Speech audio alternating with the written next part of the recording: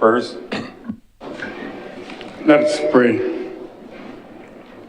Most gracious God, we humbly beseech Thee for the Parliament of this land, especially the Senate as we now are assembled. We pray that Thou will please to direct and prosper our consultations, our discussions, our decisions to the advancement of Thy glory, the good, safety, honor, and welfare of this country, to the end that peace and happiness, truth and justice, religion and piety may be established among us for all generations. Through Jesus Christ, O Lord. O Lord of God, who art the love of justice and truth, give Thy grace to this Senate as we are assembled here today. Give Thy grace also to all who direct the affairs of our nation, and guide us and them by Thy Holy Spirit, we beseech Thee, that by word and deed we may promote the well-being of this our people and set forth peace and goodwill among all men, through Jesus Christ our Lord. Let us all together say the Lord's Prayer. Our Father, who art in heaven, hallowed be Thy name, Thy kingdom come. Thy will be done on earth as it is in heaven. Give us this day our daily bread, and forgive us our trespasses, as we forgive those who trespass against us. Lead us not into temptation, but deliver us from evil. For Thine is the kingdom, the power, and the glory, forever and ever. Amen. May the grace of our Lord Jesus Christ be with us all, now and forevermore. Amen.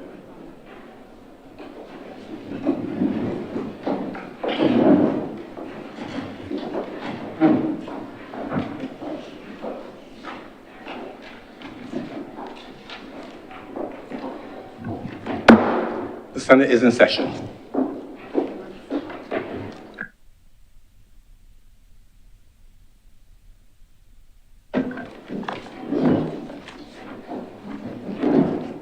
Messages from Her Excellency the President. I received the following message from Her Excellency the President dated 3rd November 2025, and it reads as follows. Dear Mr. President, I shall be away from the island today, Monday, 3rd November 2025, on vacation leave. In accordance with the provisions of Section 33 of the Constitution, the Very Reverend Dr. Jeffrey Douglas Gibson will perform the functions of the office of the President during my absence. As the Honourable the Senate will not be meeting prior to my departure, it will not be possible for the usual formal message to be sent to your chamber.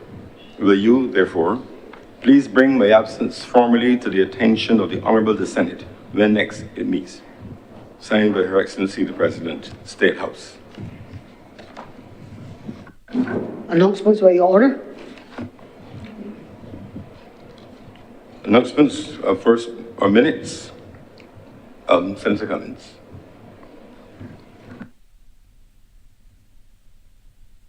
Mr. President, I beg to move the confirmation of the minutes of the following weeks: Tuesday, the 7th of October, 2025, Wednesday, the 15th of October, 2025, and Wednesday, the 22nd of October, 2025. I also beg to move that the minutes of Wednesday, the 29th of October, 2025 be deferred at this time.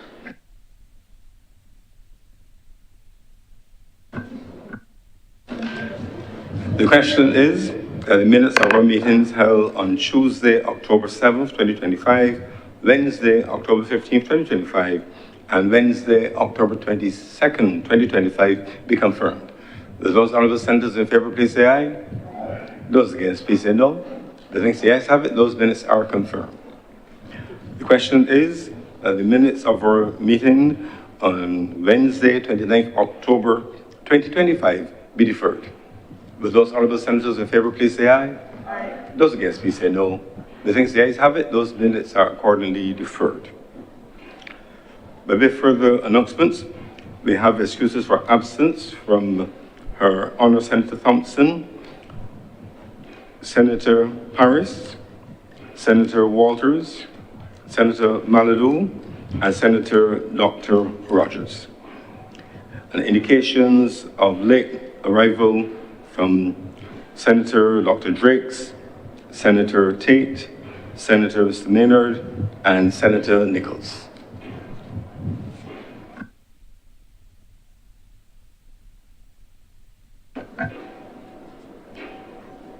Presentation of petitions.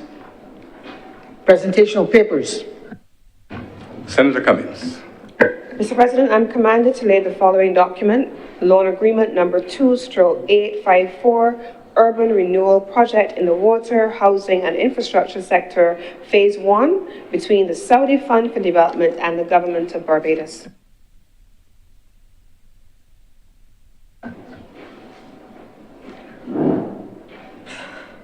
Reports from select committees. Questions to ministers. Request for leave to move the adjournment of the Senate on matters of urgent public importance. Statement by ministers or parliamentary secretaries. Personal explanations. Motions relating to the business or sitting of the Senate are moved by a minister. Senator Cummings. Mr. President, I'd like to move the suspension of Standing Order 45-2 for the remainder of today's sitting. The question is, Standing Order 45-2 be suspended for the remainder of today's sitting. Will those honourable senators in favour please say aye. Aye. Those against please say no. The ayes have it. Standing Order 45-2 is therefore suspended for the remainder of today's sitting. Election of bills. Senator Cummings.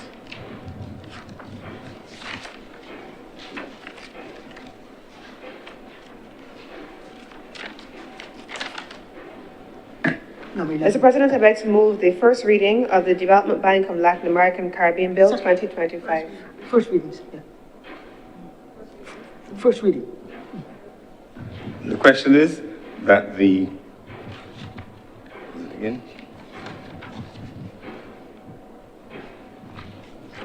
question is that the Development Bank of Latin America and the Caribbean Bill 2025 be read a first time.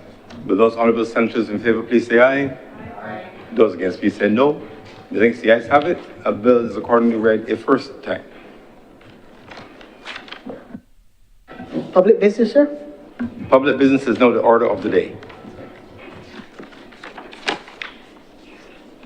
Sir, order number 11, in the name of the Honourable Leader of the Senate, but being moved by Senator Dr. the Honourable Monroe Knight, to move the second reading of the Development Bank of Latin America and the Caribbean Bill 2025.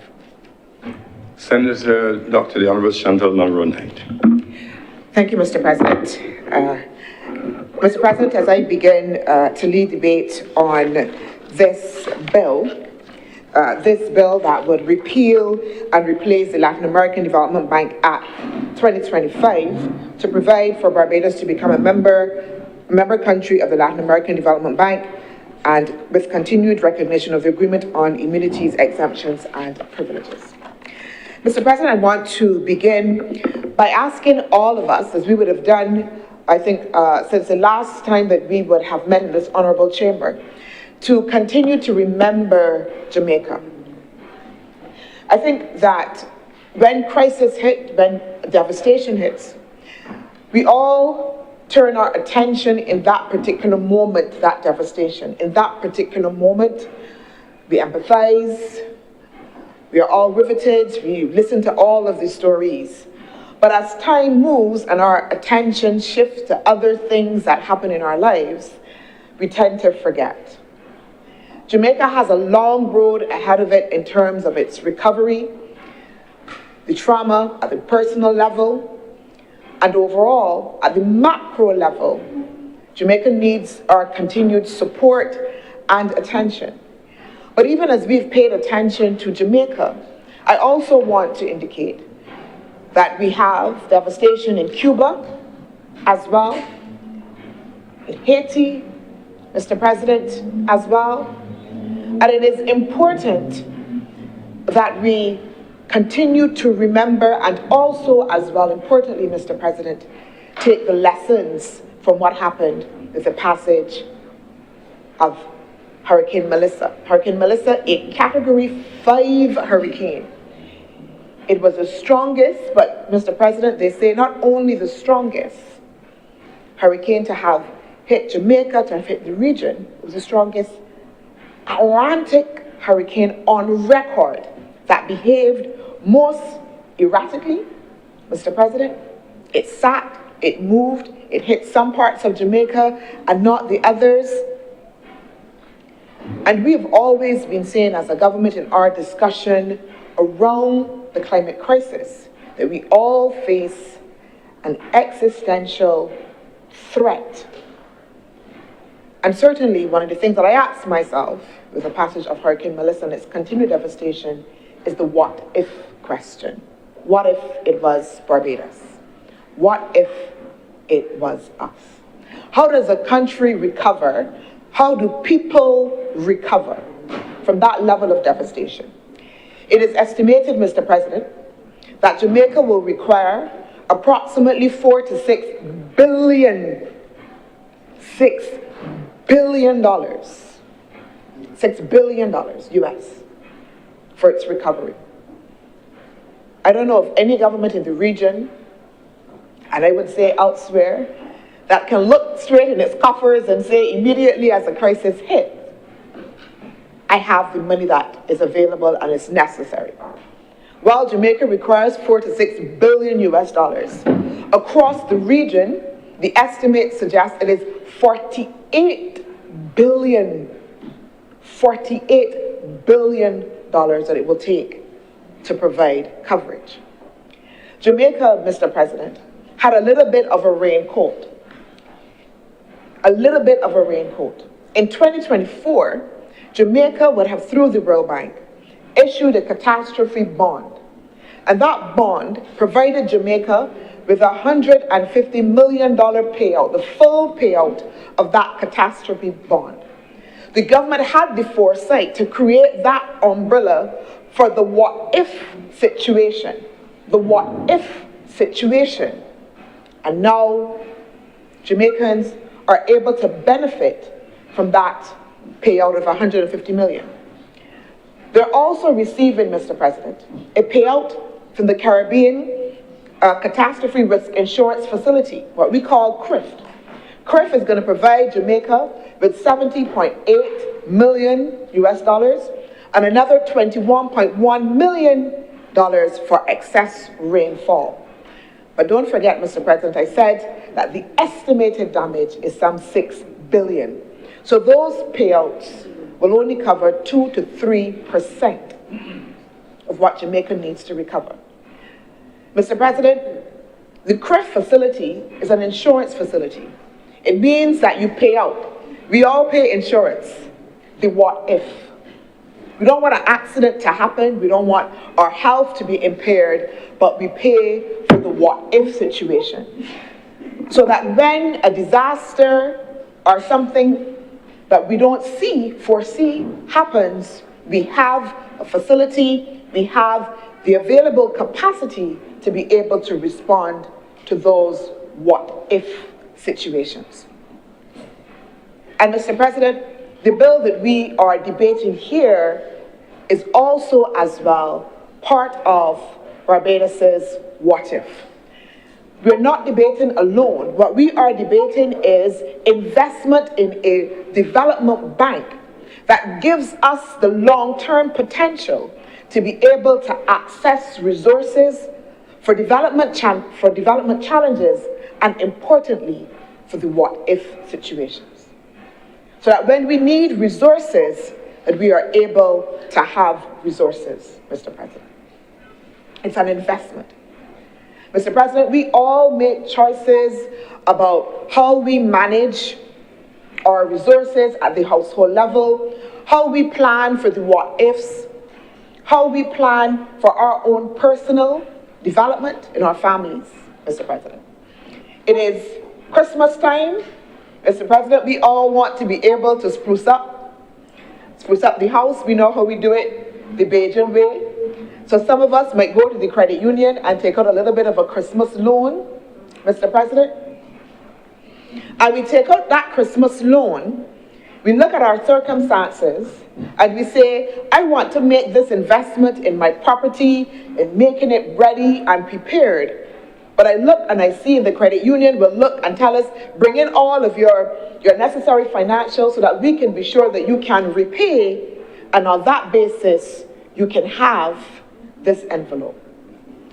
And Mr. President, what we are saying as well is that we understand that the macro fundamentals of our economy are stable, Mr. President, that the fundamentals are stable enough that would allow us to be able to do this investment without in any way jeopardizing our delivery and without in any way putting us at risk, Mr. President. Mr. President, I want to draw your attention, if you would allow me, to the staff report of the International Monetary Fund. Is the IMF Country Report number 25-153, and it reports on the fifth reviews under the extended arrangement under the Extended Fund Facility and arrangements under the Resilience and Sustainability Facility. Just for the record, I know you gave the number, which is useful reference, but can you give the date as well? Sorry, yes, June 2025. Thank you. June 2025, Mr. President, June 2025. And Mr. President, I will not go through the report, but I want to just review what that report said of June 2025 about Barbados' fiscal performance to show up the argument, Mr. President, that we are sure that we can make this investment again because our fundamentals are sure. The report indicates that our primary surplus balance reached Barbados 621 million, or 4.3% of GDP, comfortably exceeding the program target, Mr. President, exceeding the program target, while the overall fiscal balance recorded a deficit of 0.9% of GDP. Revenues significantly outperformed budget projections. Significantly outperformed budget projections, 2.8% of GDP, due to higher corporation tax receipts, resulting again from a combination of higher tax rates for the international companies, new international financial reporting standards, and higher profitability of multinational enterprises, Mr. President. Conservatively, around 1/3 of this overperformance is expected to be permanent, Mr. President. Is expected to be permanent. This is the International Monetary Fund reporting in June 2025 on the macro fundamentals of Barbados. But it also reported, Mr. President, on the outlook and risk. It also reported on the outlook and risk. And it identified two things, primarily, that would jeopardize Barbados' continued upward trajectory. It said, one, external. Additional trade policy and investment shocks. External. Additional trade policy and investment shocks could reduce growth and also tourism demand. Mr. President, I don't think that any Barbadian is not aware that the world is changing, that we have had, again, because of what is happening in some parts of the world, a shift in finances that could be available, a shift in the policy stance that impacts on our ability right here, Mr. President, to be able to access funds. At the recent IMF annual meetings, it was reported, Mr. President, that a statement from one of the members of the International Monetary Fund indicated that the IMF should return to what they call its core missions. And its core missions did not include financing for climate. Its core missions not including financing for climate. So that our ability, therefore, to access necessary funding from traditional agencies, the IMF and the World Bank, is now impeded, again, by an external policy shock. An external policy shock, Mr. President, that we had nothing to do with. And it is based on a hierarchy of an institution in which those that have the most value have the most voice and can therefore exercise authority over policy directives of the institutions. Secondly, it says the second risk is natural disasters that could impact growth and increase the fiscal deficit and public debt. Mr. President, that was the International Monetary Fund. But we know as well, just recently, that the central bank, in its quarterly report, also indicated to us, again, that we have seen growth in our economy. The central bank report, Mr. President, the review of Barbados' economic performance January to September 2025, from resilience to results, powering Barbados forward. It's a publication that I'm referring to, Mr. President. And it says, the economy expanded steadily during the first 9 months of 2025, even as global trade tensions continued and growth in several advanced economies slowed. Real GDP increased by 2.7%, led by tourism, agriculture, construction, business, and other services, Mr. President. It said again that the external position remained robust on strong tourism receipts and higher long-term financing. It reported on a stronger fiscal balance and reduced debt ratio during the first half of the fiscal year. Mr. President, it reported on increased receipts in tourism, growth in agriculture, and I say all of this, Mr. President, to demonstrate that as we make investments and that government ensures that we have the necessary financing, particularly in this case, with the Development Bank of Latin America and the Caribbean, as we move from Series C shares to Series A shares, allowing us to become full members of the bank. That government does that with the understanding, with the knowledge, and because we have worked to do it, that the economy is growing and that we then are able to balance the investment, which is a long-term investment, Mr. President, against the fact that we are doing well. Mr. President, I said, we all make choices at the individual level, the household level, about what it is that we can go to the bank for, what it is that we can be able to repay. And in this instance, the government has looked also as well at what we can do and what is necessary, Mr. President. The what if. Mr. President, if you're a woman, you would say, Mr. President, we got some vex money. That's how I grew up. I grew up with my father, because my mother wasn't there so much, but my father always used to say, girl, you got vex money. Something in your back pocket just in case something don't work out. And Mr. President, so that we have to look at this investment as a little of that, some little vex money. Some little money that we have to have, some space that we will need in order to be able, like I said, to address those fundamental development challenges. And as we are facing, as was discussed, policy changes externally that we cannot control, but that will have a big impact on us, it requires of us to be able to ensure that we diversify our partnerships and diversify how we access the necessary financing.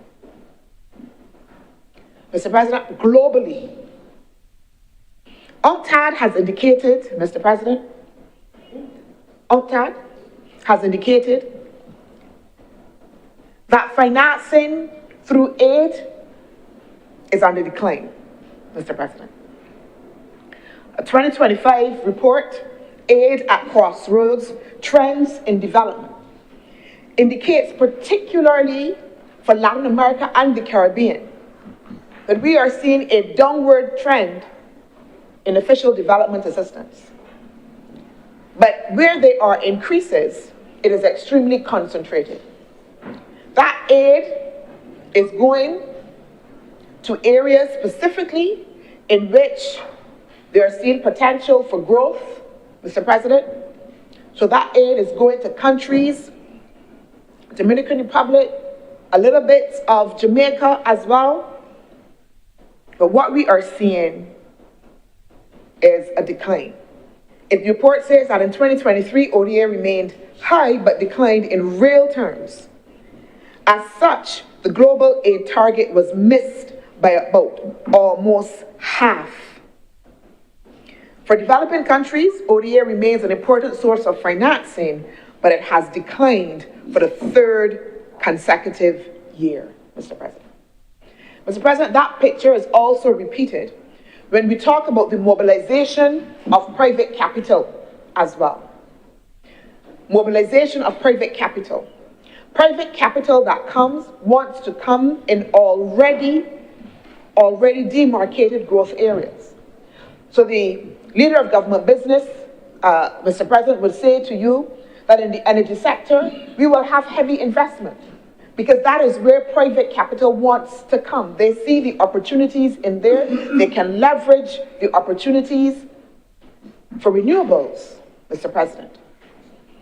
For countries that are doing oil and gas, you would see heavy investment in those sectors. But the question is, who then invests in the education? Who invests in the health sector, Mr. President? Who invests in the housing stock? And those are areas where capital is not moving into. So you have, on one hand, for a country like ours, an international policy environment that is hostile. Climate financing is retreating. Aid, development assistance is declining. Private capital mobilization as well is only going into a few sectors. And Mr. President, domestic capital mobilization as well for Barbados and most of the rest of the Caribbean is also nascent. We have a private sector that still will rely very, very heavily on government subsidies and still needs to be developed.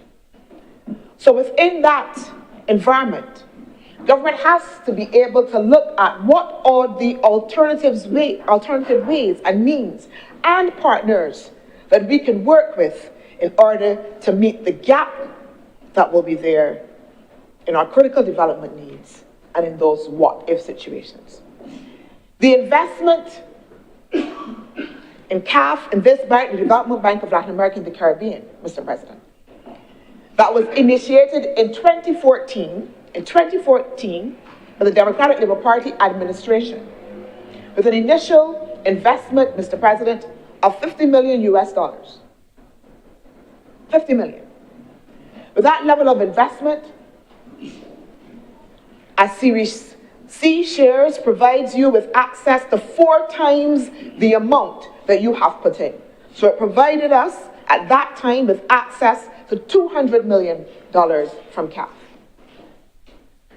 And I believe, Mr. President, that administration then would have seen CAF, because CAF is a bank, Mr. President, that is based within the region, the Development Bank of Latin America and the Caribbean. A bank, unlike others, that is responsive, knows the context, our context, knows the demands that we have, understands our circumstance, and therefore can develop portfolios of projects and provide financing that adapts specifically to our circumstances. And the administration, I believe at that time, would have seen that investment in CAF as critical to helping Barbados, but also as well an avenue for provision of concessional financing. We have continued, Mr. President, with our involvement in CAF. In 2023, we would have increased our share of those series shares, Mr. President, by another $50 million. $50 million, allowing us to access now, again, 4 times, Mr. President, the amount to $400 million of access in CAF. But, Mr. President, I want to say that there is something fundamental that we need to recognize about this investment here as government moves to become a full member of CAF. With this investment, is that allows us, Mr. President, to sit on the board of directors of CAF. And what does that mean? Unlike in other spaces where we have to take the policy impulses of those who put in more, Barbados now, as a critical shareholder, will then be able to influence decision-making, Mr. President, be able to sit at the table and have a say in the way how CAF operates. So that this investment is not only a monetary investment, Mr. President, but it is allowing us to be able to be directly involved in the governance of a financial institution that is here in the Caribbean. CAF's commitment to Barbados is such that the first regional manager has an office here in Barbados. And the intent is actually to establish an office for CAF, again, right here in Barbados. Suggesting its commitment to Barbados and the Caribbean. CAF's initial development was more attuned, Mr. President, to Latin America. But it made a commitment to deepening its relationship with the Caribbean. And hence we had a change in the name, moving from Latin America Development Bank, Mr. President, to Development Bank of Latin America and the Caribbean. But, Mr. President, importantly, it is the types of partners that we need, so that the financing that will be available to CAF through our investment is available not only to the public sector, but also as well to the private sector as well. To the private sector, to be able to access it, to finance, again, big projects that we need. So where, Mr. President, like I said, we have a nascent private sector that needs capital. Our participation in this bank allows us then to be able to open up and offer, Mr. President, an opportunity for the private sector to be involved. And, Mr. President, at the current level, like I said, we are able to have access to 4 times the amount, right? So we have 100 million in, we're able to access 400 million. The investment, Mr. President, as identified in the first schedule of the bill, and again, Mr. President, it is undoubtedly a large amount. If you look at section 1, Mr. President, I read, the subscriber shall acquire, and this is us as a subscriber, 34,834 registered Series C shares corresponding to the common capital stock of CAF for a value each of $14,200 of the US for a global amount of $494,642,800 US. And, Mr. President, anybody will say that is a large amount. But that large amount, that investment, Mr. President, provides for us, Mr. President, 18 times the amount, Mr. President. 18 times the amount that we put in over 15 years now become accessible to us, Mr. President. So we put in a little tra-la-la. We put in something based on the fact that we know, Mr. President, because our macroeconomic fundamentals are strong, that we can do it. And, Mr. President, we then now have access to 18 times the amount. 18 times the amount. And Mr. President, some would say 18 times the amount. So what could we do with this money? What could we do with these resources? Mr. President, I've worked with CAF in two areas under the portfolios that I manage. One, water, and also as well for culture. And what I have found with CAF, again, and I've worked with a number of development partners. Development partners sometimes have preconceived notions of what it is that you need. So they come in, Mr. President, to tell you, these are the problems. I've done my diagnostic, and I'm going to give you some funds to address these problems that we know that you have. When CAF comes in, Mr. President, the approach is different.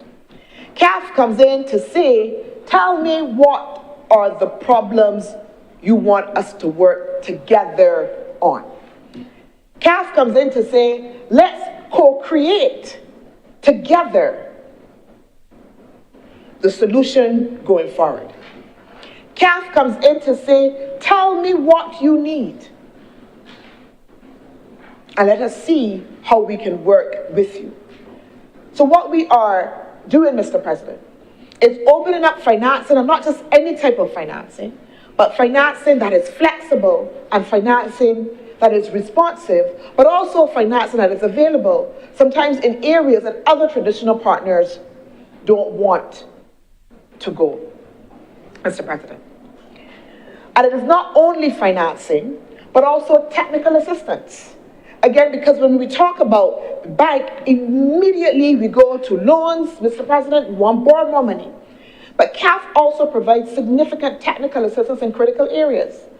And again, I go to the Barbados Water Authority. We've talked a lot about, of course, the investment that CAF is doing in our roads and the water infrastructure, particularly on the South Coast. But CAF is doing more than that. Mr. President, I met with the regional director for CAF, and she said, tell us, what does the Water Authority need? And I said, Mr. President, you know, outside of money, financial resources, we need to build some capacity within our systems. One of the major issues that we have is the issue of non-revenue water. We're losing a lot of water. We don't know how to be able to account for it. Where the leaks are happening, we need to be able to strengthen our capacity to do that level of analysis. Mr. President, she said, okay, I'm going to go away and think about it and then come back to you. Mr. President, within a week and a half, I tell you, no lie, no joke, I was able to get a call that said, listen, CAF is going to make available $700,000 US in technical assistance to be able to provide the Barbados Water Authority with technical expertise that will sit beside its managers, its engineers, and look at coming up with solutions for how you address the challenge of non-revenue water, Mr. President, within a week and a half. And that assistance, Mr. President, has yielded a plan for the Barbados Water Authority that we are in the process of implementing in order to be able to ensure that we can address that challenge. That is the responsiveness of this bank that we are talking about. That is the nature of a bank that is for the region and in the region. That is the nature of the assistance that we are able to receive from our investment in this bank. On point, on time, and directly responsive to the need identified. Not coming from outside, but us telling them and they responding, Mr. President. CAF has moved on in the water sector to open up a regional facility for the development of a master plan for Caribbean countries and how to build water resilience again, offering, Mr. President, technical support to advance that agenda. And so I emphasize this point because, again, whereas traditional lenders, we go to those banks And yes, we're able to get resources. Very often, the on-time and on-demand technical resources that we need are not there. CAF offers that. CAF, as well in its operations, offers the ability to assist member countries with mobilizing and catalyzing private finance, Mr. President. Private finance that perhaps will not automatically come to us because they don't see the advantage, because we need to be able, Mr. President, to de-risk our finance. CAF is able to work as that interlocutor for us, attracting that capital and then moving it in, acting as a broker for us in order to be able to get the necessary finance. CAF does that. The Development Bank of Latin America and the Caribbean. CAF provides that facility. And I've talked about before its ability as well to be able to be open to private sector investment. But I've also worked with CAF, Mr. President, in the area of culture. In the area of culture. As part of CARIFESTA, CAF, not alone, Mr. President, a grant provided $225,000 US dollars, Mr. President, to assist us with CARIFESTA, allowing us to be able to mobilize and assist delegations that might not have had the financial means to attend, but who were important to making sure that CARIFESTA was really and truly Caribbean. Those resources as well would have allowed us to be able to do the necessary outreach, Mr. President, for our public relations. It would have provided resources for infrastructure as well for CARIFESTA. But outside of CARIFESTA, Mr. President, CAF in February, the agreement was signed in February of this year at the Heads of Government Conference, provided resources to assist the government in building out its heritage economy under the Reclaiming Our Atlantic Destiny project. Investing in culture. Where else can you go and find a bank that would do that level of development financing, Mr. President? Financing in areas like culture in a very real and significant way. Where would you go? Mr. President, those resources provided by CAF helped us to digitize the historical archives that narrate the island's history, and we would have all known of the fire that would have affected the archives. And at that time, government's indication of its intent to be able to advance, not start, because we have started, advance the digitization of its records. So CAF is coming alongside us as a partner in that effort. But resources as well linked to the establishment of a heritage district that would include an ancestral memorial at the Newton Slave Burial Ground and a National Performing Arts Center, building of an amphitheater in the National Botanical Gardens of Barbados, Mr. President, and that is up. We're doing some final things there, but that is also going to be another space that is available, the Richardstown Amphitheater, as well for the performing arts. And also as well, it provided some resources from the airport to help modernize the air navigation equipment at the airport. So this type of investment that we get from this loan facility, it is very hard to get from other traditional partners. And so the investment and our continued investment in CAF, one, provides us with an opportunity, yes, at a greater lending portfolio. It provides us, Mr. President, with the opportunities for technical assistance that is needed. It provides us, Mr. President, with opportunities for investment in non-traditional areas. It provides us with opportunities for our private sector to get much needed capital. And it provides us with an alternative in a global space that has become hostile. It provides us, Mr. President, the ability to have those resources when we see that other traditional avenues, as I spoke about, ODA, private finance, investment, Mr. President, we call it sometimes foreign direct investment, again, is on the decline. When our mobilization here of capital internally needs assistance, this bank serves to be able to provide that. And Mr. President, the investment as well, and this is something that we have to take note of. Right now here in Barbados, there is this major conference that is going on. And you're going to forgive me, I think it is the Grow United Build Africa Conference. And it brings together, right across the continent, entrepreneurs, Mr. President, influencers, people involved in business right across the continent. It's happening right here in Barbados. This follows, Mr. President, the fact that we have an agreement with the Afro-Exim Bank to establish its headquarters here. We have, Mr. President, movement from this government to establish embassies right across the continent as well, in order to be able that we diversify our partners and our partnerships. And that is not only significant, Mr. President, and I really want to stress this from an investment and finance availability standpoint, but also as well, part of that effort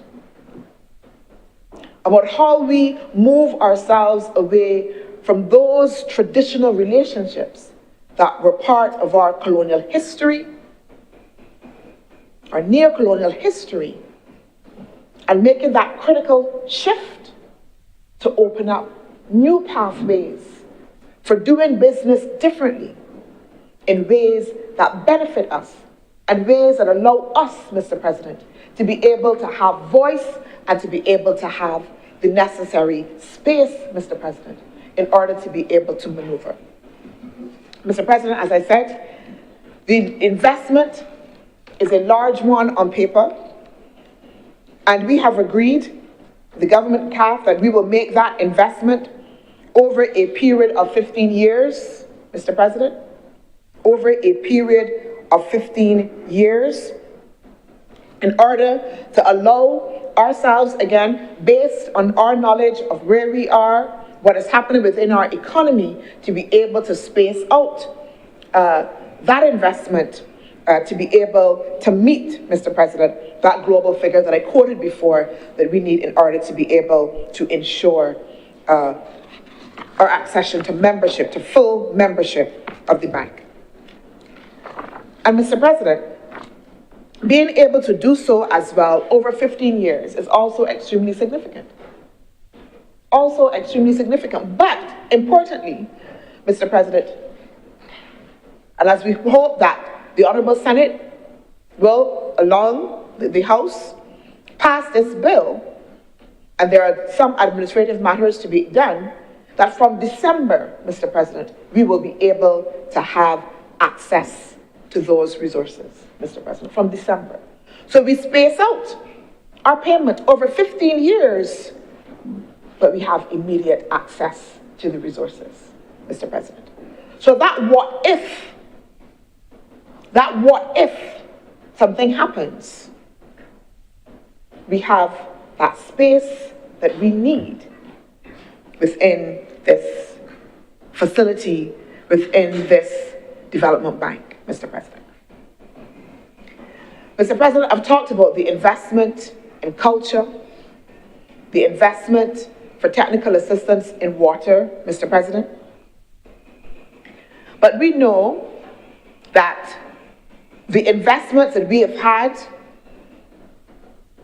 with CAF has helped us to do and respond to our resilience building agenda for our roads and for our water infrastructure as well. And that is extremely important.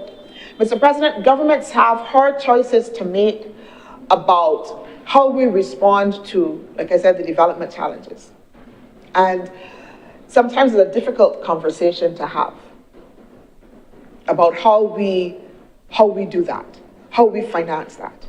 The concern over whether or not we are borrowing too much, the risk of that, how we prioritize and respond to the challenges that we see. But Mr. President, we have to be able to balance sometimes short-term things and longer-term development gains as well. Investing in the infrastructure to make sure on the South Coast that we don't have sewage on the road again is not something that is going to be immediately beneficial to the average man on the street. The average man on the street perhaps will not see that. But Mr. President, if we understood that building that resilience in our water infrastructure means, one, Mr. President, that we shore up accessibility, that we make sure that our tourism is not impacted by tourists have to wade in through sludge on the street. It ensures, Mr. President, that we will have a tertiary facility, not for today, not for tomorrow, but we're talking about 30, 50 years down the line. And that benefit, Mr. President, just sometimes, Mr. President, like I said before, like the car insurance payment, we don't see it, it comes out. And sometimes you can go 10 years and not have an accident, Mr. President. But the what if, after that 10 years when you do have the accident. So, Mr. President, a mature conversation sometimes needs to be had about investment and what it takes, Mr. President, to then have long-term development gains and potential that sometimes we don't always see immediately. But the government is balancing that, creating space, fiscal space for us to be able to respond, even as, Mr. President, even as it attempts to respond to some of the immediate development challenges that are here for people every day. And that is the balance that we have to be able to strike, Mr. President. And Mr. President, this facility, Mr. President, allowing us to be able to become full members of this bank provides us with some of that fiscal space that is needed. Mr. President, I believe that the Hansard, the record of the Hansard would indicate that the leader of the opposition would have indicated that he had no issues with the bill. He actually said that the government should be commended, Mr. President, at this time for looking to move to full membership and enhancing our participation in CAF.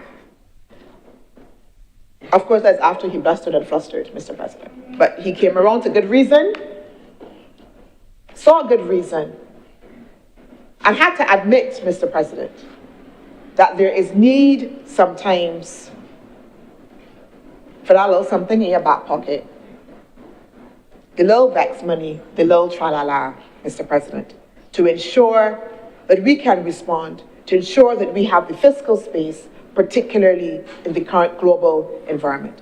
Mr. President, with those words, I beg that this bill be read a second time. Thank you, Senator Dr. Chantal Moreau-Knight. Senator Honourable. Thank you, Mr. President. And I rise to make my contribution in this debate, having memory back in 2014 of actually being on the other side, contributing to the debate to approve Barbados joining and becoming members of CAF, and noting how the institution would be able to assist Barbados in terms of its developmental goals. So at this stage where we see this as just an maturity of our involvement in CAF, I do not see any reason for us to have any opposing views for the government of Barbados extending their membership of CAF from C shares to A shares, and therefore extending the amount in which they will have access to borrow. As the lead spokesperson for the government mentioned, CAF is not only available for the public sector, but it is also available that the private sector as well can make arrangements to borrow funds from the bank for developmental purposes throughout the country. And we do recognize that it is important to have more access to financing, as that has been a troubling area for developing countries in terms of having access to financing to meet their developmental goals. And particular for countries such as Barbados, small island developing states, who, as you would witness as what took place just a few weeks ago in Jamaica with the hurricane, how in a blink of an eye, all of the developmental gains that you have built up for the country can be blown, swept away, and washed away. So therefore, you need to develop some level of resiliency and also the capacity to rebuild in those circumstances, because we've not yet managed to be able to dictate to the hurricanes which path they should take. So we must always be prepared, and our country be in a position that it is ready to rebuild, and not only rebuild, but rebuild with a level of resilience in that building, so that we know every year we will have a hurricane season. We don't know if the hurricanes will pass our way, but we need to have infrastructure in place that can withstand the levels of the hurricanes which we are being exposed to. It may not always be possible, but wherever it is possible, we must be able to do the work for that as well. And we recognize, Mr. President, that Barbados still has a lot of developmental work to do. The lead spokesperson of government business spoke about the South Coast Sewage Project, but that's just one project. But we have not yet talked about a West Coast Sewage Project, which is also needed. And we are hoping that we will hear plans of a West Coast Sewage Project happening soon, because it is important for the survival of our environment and also for our ecosystem and tourism. The bulk of our tourism is along the West Coast and the South Coast of Barbados, with the West Coast being known as the Golden Coast or Platinum Coast at this stage. So obviously we need to be in a position where we can protect the reef, and as a country we have began to talk about our blue economy, and that is pretty much a part of our blue economy. So that is just one developmental stage which we need to get to. And I am hoping that these funds will be utilized to go after the developmental projects in Barbados which are necessary, which can contribute to the growth and the development of the country, and not fly-by-night projects which do not contribute and add to the growth and the development of the country, creating monuments which the taxpayers will then have to pay for, which earn no revenue and become a burden on the country. We need to invest the money wisely into projects that the average Barbadian can see the value of these projects that stimulate employment, and employment, I might add, for Barbadians, the many young Barbadians who are at home unable to get a job on construction sites or in any area of Barbados. So we need to see projects that go towards things such as this. And a lot of heavy weather was made about the unfortunate situation where you had sewage on the streets of Barbados, obviously because we had a South Coast Sewage Project which was not able to handle the capacity of the development in that area. But we also have a similar situation, not in the south, but in the north of the country. A troubling situation with brown water, which is going into the household of every single, for persons in St. Lucie and St. Peter. And we were recently told by the management of the BWA that that brown water is safe to drink, Mr. President, but I have not yet seen them come in the public domain and drink that brown water. I think, Mr. President, that we need to make sure that these funds go towards fixing and rectifying these issues, because St. Lucie can also be an area of tourist attraction as well, and for development as well, but you cannot encourage tourist attraction and development, or possibly even placing a hospital in that area if you cannot be guaranteed of the quality of the water which will come through the pipe. So these are all areas where the money from CAF and other lending agencies need to go to fix and rectify these problems immediately for the people who are so affected. Mr. President, also when it comes to development, Mr. President, and growth in the economy, this government has borrowed money as though there's no end.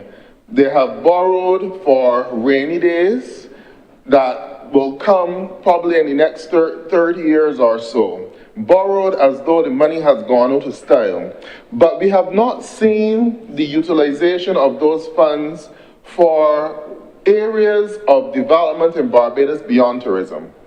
By that I mean, Mr. President, I have not seen this government show any real appetite towards development in agriculture, not with all of the idle land which I see across Barbados up to this day, even in areas which are overrun by courage, causing issues for schools such as the Blackman and Gollop School and a number of different schools across Barbados that have to be closed down because of courage issues.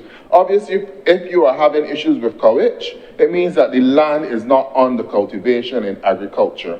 Because if it was under cultivation and agriculture, there would be no opportunity for the courage to take advantage of the land.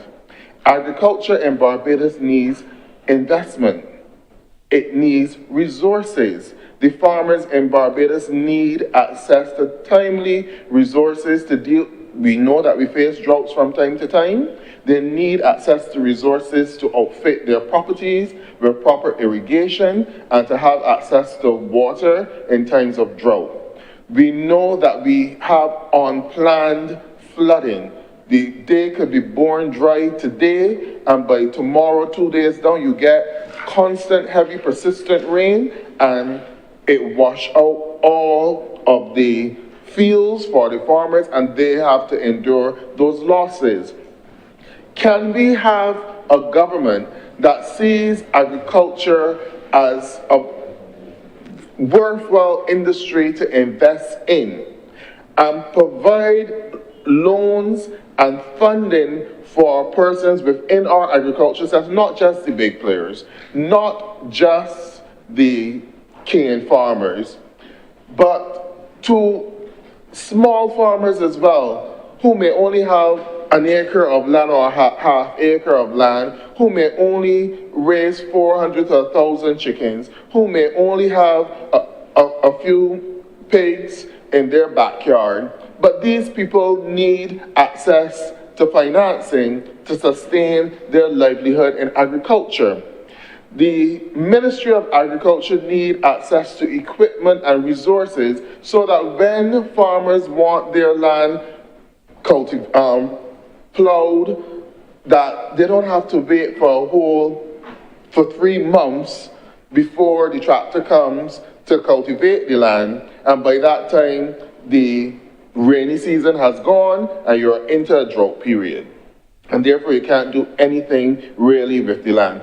We need to divert some of our borrowing and our investment into those areas so that we can begin to earn revenue from some of the areas that we invest in. We don't earn revenue from monuments. We don't earn revenue from large parks that still become a burden and an expense to the company. You earn revenue from agricultural production. you earn revenue from manufacturing, you earn revenue from the tourism industry, you earn revenue from the cultural sector and the entertainment sector. All of these are areas that I'm hoping that the government will find time to finance small businesses in these areas, that they can have adequate access to financing necessary to keep these businesses operating, Mr. President. I would also like to add, Mr. President, caution, which was issued twice by two presidents of the Caribbean Development Bank. First in 2021, and then again a couple months ago, I believe it was in September or October, when both presidents of the Caribbean Development Bank warned of corruption, presented that access to climate loans presented opportunities for corruption, and governments within the region needed to put in place strong accountability and compliance mechanisms, Mr. President, to minimize possible corruption. This was mentioned in 2021 by the then president of the CDB, just a couple of months before St. C became the president, and not too long ago in September or October by the current president of the CDB.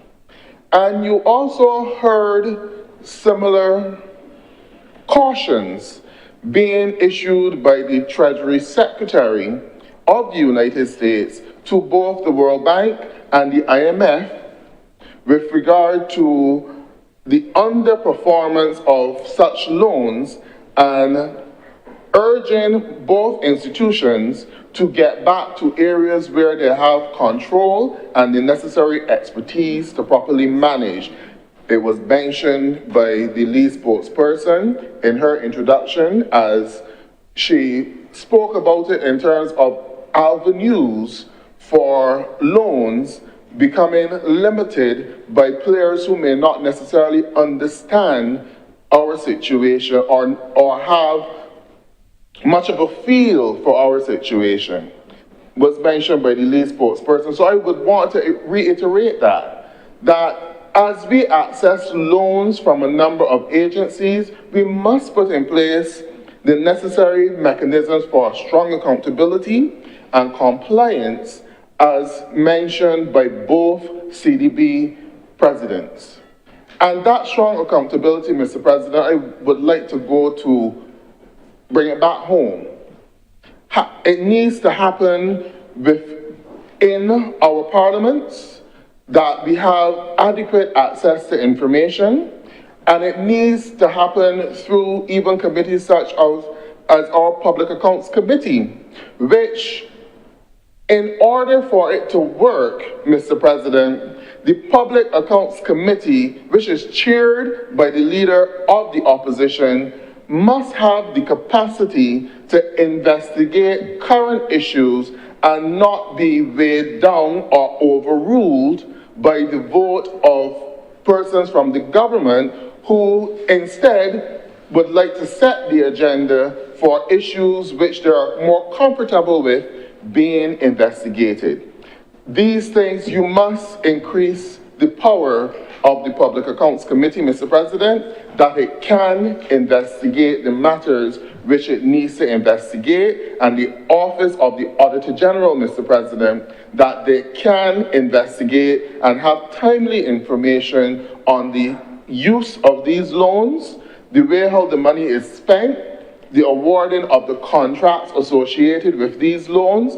All of those areas are important. Who gets the contract? How much is paid on the contract? Did we get value for money on the contract?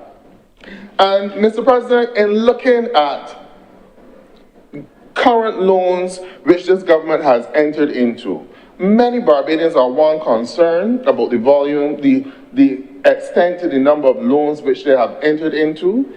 Yes, they could have both back in 2018 and 2019 of going the debt restructuring of our debt, But now, today in 2025, our debt has ballooned back up to what it was back in 2018 and 2019, Mr. President. And many Barbadians are concerned. Point of order. Yeah, what's the point of order? The point of order is that the information suggested by the Honourable Senator is actually incorrect. I would have quoted, Mr. President, the reports from the International Monetary Fund, which would have noted, no, Mr. President, not that our debt has gone back to 2018 levels. It actually indicated that the debt continued to decrease, Mr. President. I quoted the figures directly from that report, Mr. President, looking at the fiscal stability, the macroeconomic fiscal stability, and noting that all of our metrics are trending downwards, Mr. President, not increasing, not going back. They continue. Actually, the report indicated, Mr. President, that we have had, I believe it said, 8 consecutive quarters, Mr. President, of growth, Mr. President, as well. And I think that the Honourable Senator should please, in his exuberance to present the argument, should make sure that he's accurate with his facts. Thank you. Please continue, Senator Honourable. Thank you, Mr. President. Mr. President, I did not give any metric as to how the debt is being measured, because the figures refer to one way of calculating the debt, which would be debt to GDP. I did not mention that. But when you look at the debt in terms of the dollar value of the debt, Mr. President, no one can argue that today our dollar value of debt is not in the same Mr. President, I ballpark. rise on a point of order. I believe that the Honourable Senator should perhaps, as I did, state his facts and where he is taking his figures from. What he is suggesting is making an argument that is not substantiated by any evidence. Please press on, Senator Honourable. Thank you, Mr. President. I think that the Honourable Senator has just convinced me that her best presentation in performance in this chamber are often made when she sits quietly at her laptop and complete the work there. She has just convinced me of that, Mr. President. And I want to congratulate her for that, Mr. President. Mr. President, the dollar value of the debt, you just need to go to the Central Bank report if she needs to find the information. You just need to go to the estimates if you need to find the information, Mr. President. Many Barbadians are concerned. Each time the Prime Minister leaves this country, she returns with another loan. That is the issue that Barbadians have. And the information which is calculated here, Mr. President, in 2018, you had about 3 loan agreements. 2020, yes, you had COVID. We had so many different COVID loans, totaling $100 million US dollars, $200 million US dollars from so many different agencies in 2020 and 2021. In 2022 and in 2023, Mr. President, I believe that you had at least 6 or 7 different loan agreements alone coming to this Parliament. 2024, so far, 1, 2, 3, 4, 5 different loan agreements coming to the Parliament. And for 2025 so far, Mr. President, I think we have about 5 or 6 different loan agreements. Every single time the Prime Minister visits Barbados, she comes back with another loan agreement for this country. Right, and not in the $10 million loan agreement, but in the hundreds of $millions in loan agreements.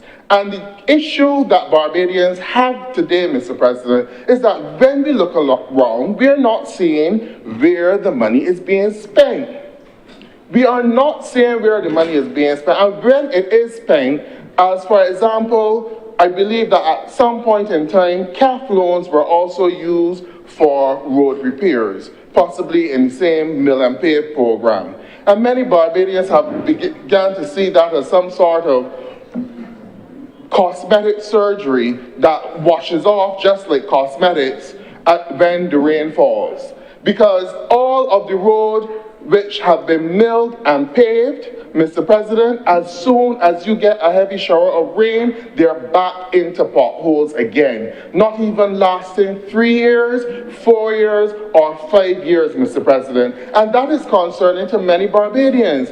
Are we just throwing money down the road, putting cosmetics on the surface of the road to be easily washed off when the rain falls, as they're doing with these million? What we're asking for, Mr. President. Mr. President, I rise on a point of order. What's the point of order? The Honourable Senator is misleading the House, Mr. President.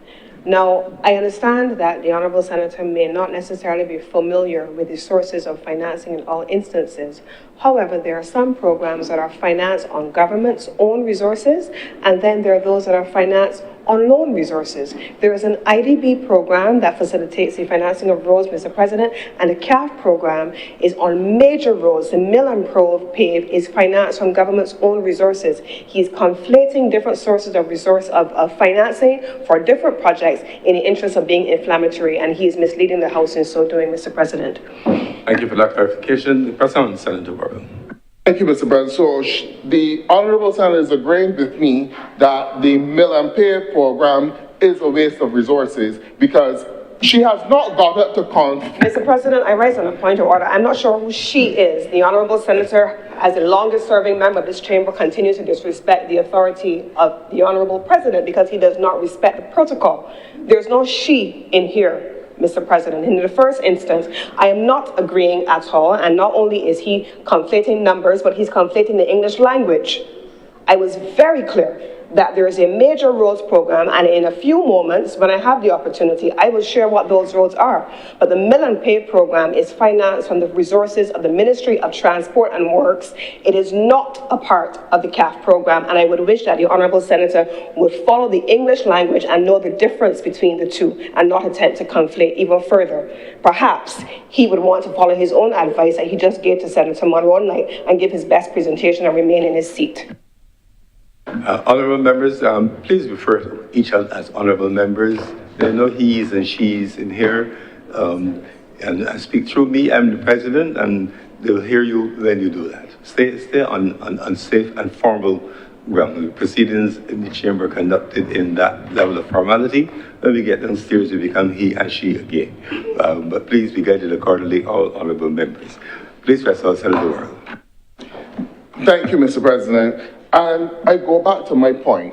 The Honourable Senator did not refute my point that the CAF program, Mr. President, that the Mill and Pave roads, Mr. President, is just cosmetic, placing cosmetics on the road surface, which is easily washed off. That is the fact, Mr. President. I am not disputing if the money comes from CAF, if the money comes from IA, from the CDB, if the money comes from the Inter-American Development Bank, if the money comes from the IMF, if the money comes from tax receipts.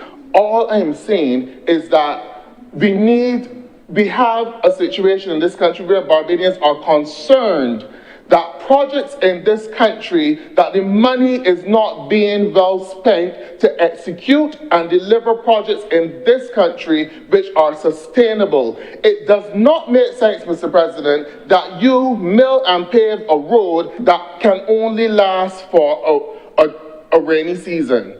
One rainy season later, you have to go back to that very same road. We need to find a better solution. And I understand, Mr. President, that the cost for doing that is astronomical. And when you see the way how it is done, Mr. President, you do not even benefit from the labor component because oftentimes those roads are done overnight or over a week, as opposed to roads which were properly done in the past with a gradient that employed a number of persons that at least you knew that the money went towards employment of persons, and you had families and individuals working, and you had other people benefiting from that money. But right now, the bulk of that money goes in one area, Mr. President. If the Honourable Senator, Mr. President, would like to get up on a point of order with regard to that, the Honourable Senator, Mr. President, can freely do so. But I don't hear no point of order coming with regard to that.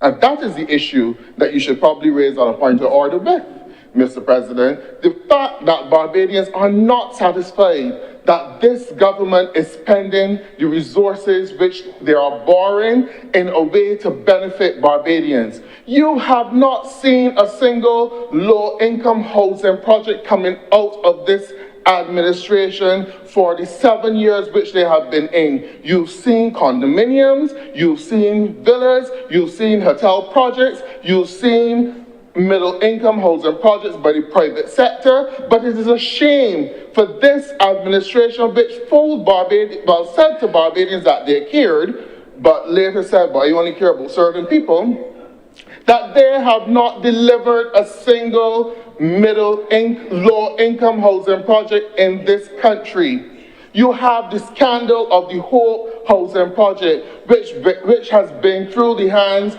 of a Prime Minister, been through the hands of a Deputy Prime Minister, been through the hands of a Senior Minister, been through the hands of a fired Minister, and Mr. now... President, I raise a point of order.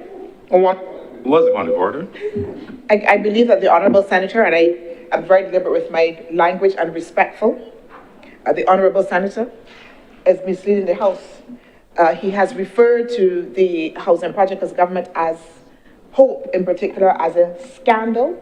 Mr. President, I am not aware, I don't think the public is aware that there's a scandal in relation to the Hope project.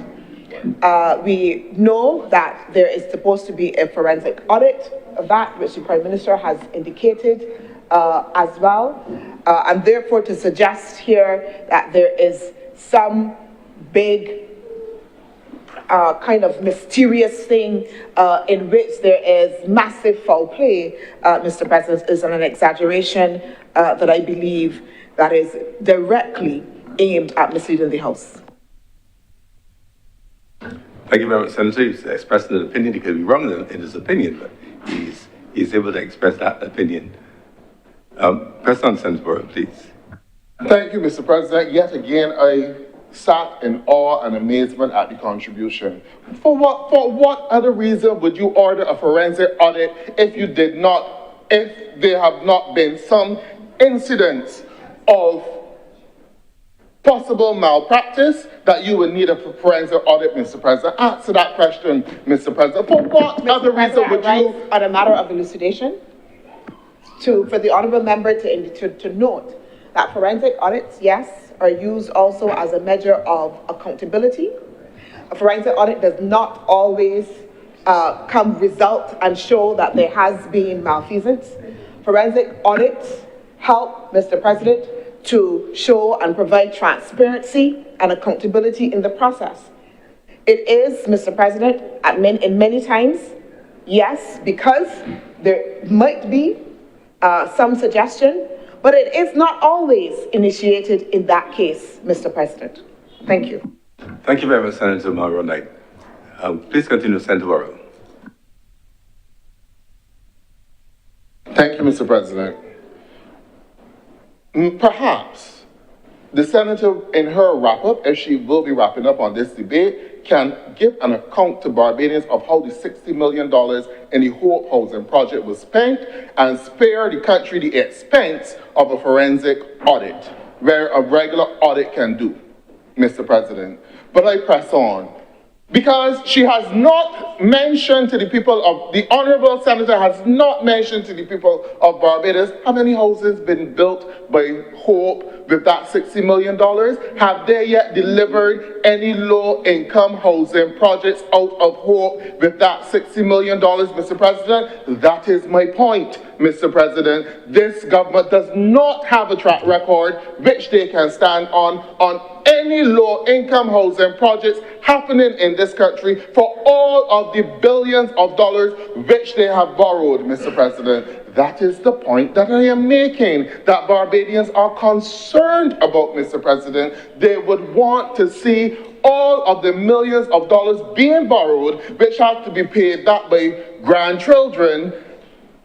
They see some benefit for the people of Barbados in terms of low-income housing projects, which many Barbadians want, in terms of repairs for houses in Bank Hall, Dean's Village, and St. Michael Central area, and all across Barbados by Urban and Rural Development Commission. None of that is happening, Mr. President, with any great speed or in any great amounts that would make the people of Barbados feel or believe that the money which is being borrowed is being spent back on them and on the development of this country, Mr. President. That is the point.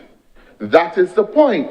So, as much as we support this, we are asking the government to change its track record and be more transparent and accountable to the people of Barbados as to how the money is being spent, and so that we can be sure, because a lot of these loans I've been going through, and some of these loans which were borrowed in 2020 or 2018 are now starting to be repaid in 2025. Some of them will start their repayments in 2026. The point is, Mr. President, the government that borrows the money is not oftentimes the government that has to deal with the burden of repaying the money.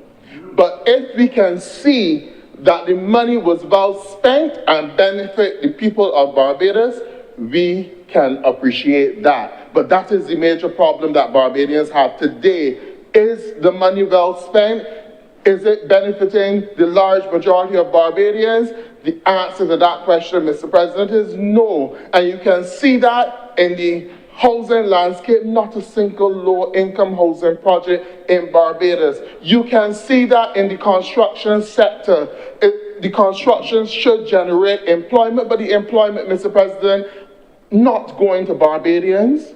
Up to last night, I had a conversation with two young men who would love to get into the construction sector in Barbados, but with all of the villas and other projects going on in Barbados, when you go on those sites, the people being employed are not Barbadian, and sometimes they're not even from the Caribbean region. And we need to make sure that when we spend all of this money, when we borrow all of this money, that Barbadians get to benefit by at least getting jobs within the through the projects, by at least stimulating economic development. Remember the small business persons in terms of making loans available and accessible to them, not the idea of the expanded trust fund loan at 20%.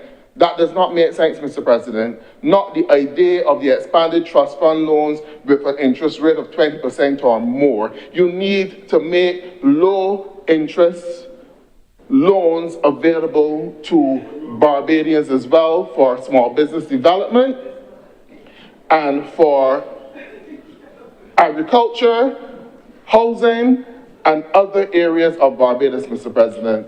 That is the area which is vital, and we need to see. And one final thing that I will beg of this government, I would like to hear from the government in terms of the cap on external loans, how much we have borrowed up to that cap, and whether or not we will have to come to the chamber at some point in time to increase the cap to enable to borrow external loans, because we do know that this expands our ability to borrow from CAF. I believe it is up 400 million, and it now, instead of 4 times the amount, you can go 17 or 18 times the amount, which is a large amount of money. Don't go for it all at one time. Leave some for other administrations that come along, that they will have at least an opportunity or avenue to access loans as well, Mr. President.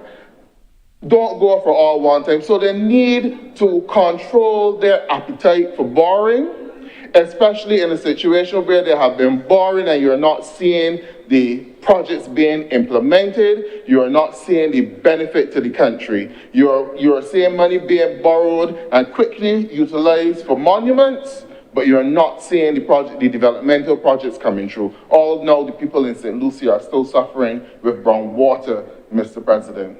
All know we are not seeing any low-income housing projects happening in this country. All know the Queen Elizabeth Hospital still turning back persons every single weekend because the accident and emergency is overcrowded. All know, Mr. President, every single week a different school in Barbados is closed because of environmental issues, and you're just doing cosmetic repairs for 3 or 4 weeks during the summer vacation, and you have not even built a single school in Barbados. In the 7 years in which you have been in, you have not built a single nursery school, primary school, secondary school in Barbados. All know you have not expanded the capacity at the Sayo Jackman Prescott Institute to take additional persons, with the possibility of a campus in St. Lucie, Mr. President, or in other areas, so that persons would not have to compete by having 5 or 8 CXCs to get in to the Polytechnic just to do ordinary courses, so that it is easier for our young people to get into these institutions, to study, to earn a skill. None of these projects are happening under the Barbados Labour Party, but they have borrowed billions of dollars, Mr. President, and they're coming here today to expand their capacity to borrow more, because as I looked at the book, I think that the amount for the CAF loans is at roughly $480-something million, which is probably at the upper limit. So you obviously needed the wiggle room by going to the air shares to expand in terms of the amount of money which you are able to borrow, because you've maxed out on what is there, on what you are able to borrow, Mr. President. But Barbadians would like to see that the money is spent on them, that they can see some measure of development happening in this country, that persons don't have to be crying out wondering when will they be able to afford a house in Barbados, when will they be able to get repairs done in Barbados. Money is not being directed even to agencies such as the Welfare Department, because there are many people out there, Mr. President, who have been waiting for months for some of their applications to be granted. You imagine that someone, a month or 2 months for some of their applications to be approved. People going to the welfare, Mr. President, saying that they have no food or assistance to pay utility bills, and there are much more of them, and within a month they cannot hear an answer from the Welfare Department. Where are the resources going? Where is the money going, Mr. President? That is the question that Barbadians are asking, and I ask this government to look at the accountability and to make sure that the money is spent on projects that benefit Barbadians, not just the big business, but think about the small business and the average person in Barbados as well. Think about the farmers. Come up with a project for farmers. Come up with a project to benefit small business in Barbados. Come up with a project for manufacturing, Mr. President. These are what the people of Barbados are asking for. You are borrowing, the government is borrowing too much money, and we're not seeing where the resources are going, Mr. President. I thank you. Thank you, Senator Honourable. Senator Kevin Boyce. Good afternoon, Mr. President. Good afternoon to all honorable members of this chamber.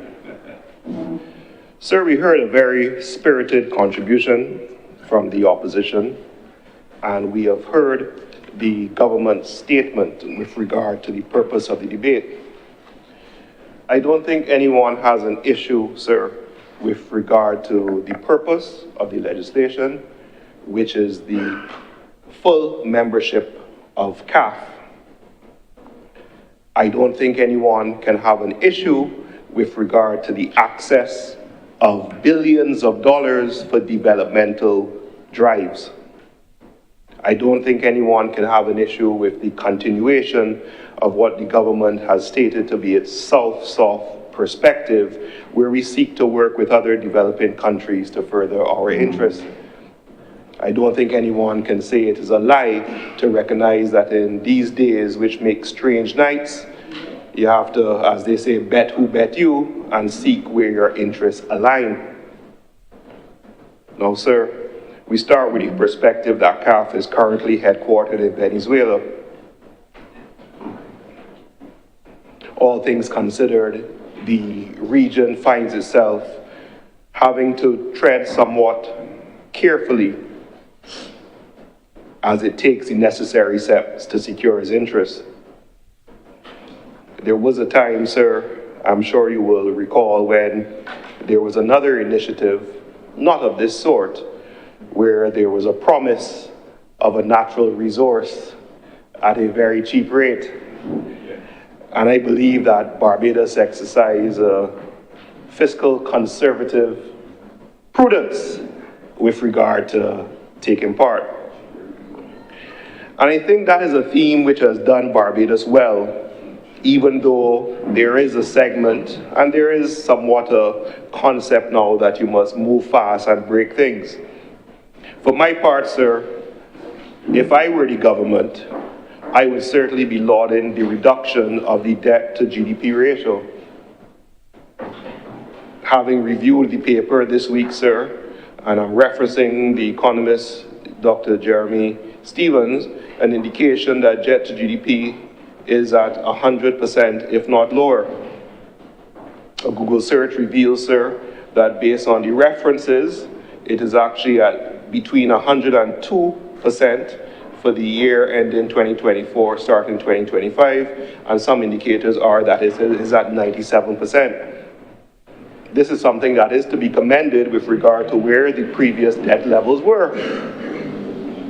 Now, while there has been a reduction in debt to GDP, there's been a slight increase with the debt service ratio, which means we are spending more money to pay the money that we are borrowing.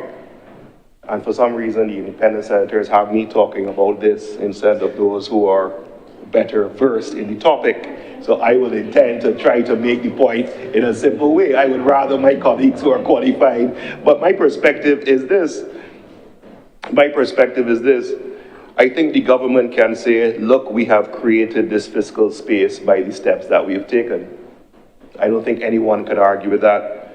I don't think anyone can argue with the fact that accessing other forms of financing, especially for the stated purpose of climate adaptation and resilience, is prudent. We were here last week, week before, we mentioned what happened to our brothers and sisters in Jamaica. I don't think anyone can have an issue with funding available for private sector development and, of course, for government projects. So all in all, this is legislation which should be supported by all members of this Honourable House. I think, for my part, Mr. President, as well, having listened to the opposition contribution, there's always something to be gained from different perspectives. That's always been my viewpoint, sir.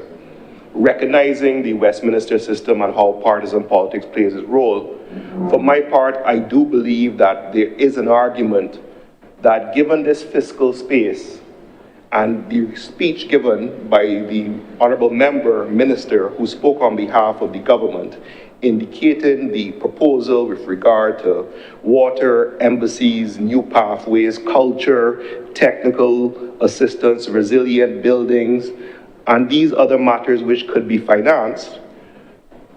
For my contribution, sir, I would ask, humbly and respectfully, if we could also look at some of the low-hanging fruit. And what I call the low-hanging fruit, sir, is something I always speak to my team members and colleagues about, where, because of my personal viewpoint, this has nothing to do with anyone except me, I believe that I don't really do trendy, I don't do new, I focus on fundamentals and I focus on systems. So if I could distill from the presentation made by the opposition senator, I believe there is merit in saying that the water situation, and that was addressed by the government member who spoke in relation to what the project could be used for. But this is something that has caught the national attention. It is something which has real vigorous debate. It is something that has been discussed in the lower house. It is something that has been raised by the Member of Parliament for St. Lucie with regard to certain statements made and what should be done. But having spoken to someone from St. Lucie, a close friend of mine, his indication was, despite all the rhetoric, the water is still discolored. So this is what we call the low-hanging fruit in terms of what we could address with this fiscal space. The issue of the roads, it's a fact. Whether the financing is coming from the ministry, whether the financing is coming from an international agency, the issue of the roads is low-hanging fruit that we could look at. The issue of licenses and the difficulties with regard to printing, which has been a perennial problem. The resources for team members to be able to do what they do with the current situation with regard to licensing and the registration of vehicles. The issue with regard to A&E has been debated. We see money being made available to the hospital. You have to commend in terms of resources and improvement, yet the wait time at A&E still is what it is. These are topics which the Barbadian public are debating. We are saying now that we're getting access to more monies, and we're saying we're getting access to more fiscal space. So if I can distill in a neutral manner the issues which captivate the attention of the public, with this fiscal space, the request is, what can we do to facilitate the resolution of these issues? And that is why governing is not easy. We sat here in this chamber and dealt with a debate, I recalled it recently, sir, where we were talking about how the ZRs and the minibuses and having inspectors on the buses and this type of stuff. And sir, to use the colloquial, they still doing the dog. I sat down and watched a conversation going on today. Big conversation, one stop going south, one stop going north. So it's one thing to do the policy, it's one thing to put things and get the resources, but where we need to continue to focus on is the implementation. And this is the issue. We have access to international regimes and we have access to international resources. But in terms of the execution and getting the local technocrats to do what they have to do to get that funding in place, it continues to be an issue. And some will say that's not the government's responsibility. But as I have said here multiple times, the government must take credit for the economy. But the same way you take credit for the economy, you cannot repudiate responsibility for other issues. You gotta take the good with the bad in anything in this life. Comes like a marriage, sir. So in the context of what we are debating, let me be clear. This legislation makes sense and should be supported by all members of this Honourable House. I also wish to say that the opposition, while somewhat assertively making its arguments from a political standpoint, has raised some issues which I look forward to hearing the government's address as to how they will be resolved. I think also that Barbadians, for their part, are saying, yes, this is good. Yes, let's do the Southwest. Let's do the South-South activities. Let's do all this stuff. But there are some fundamentals that we need to keep working on because they continue to be an issue.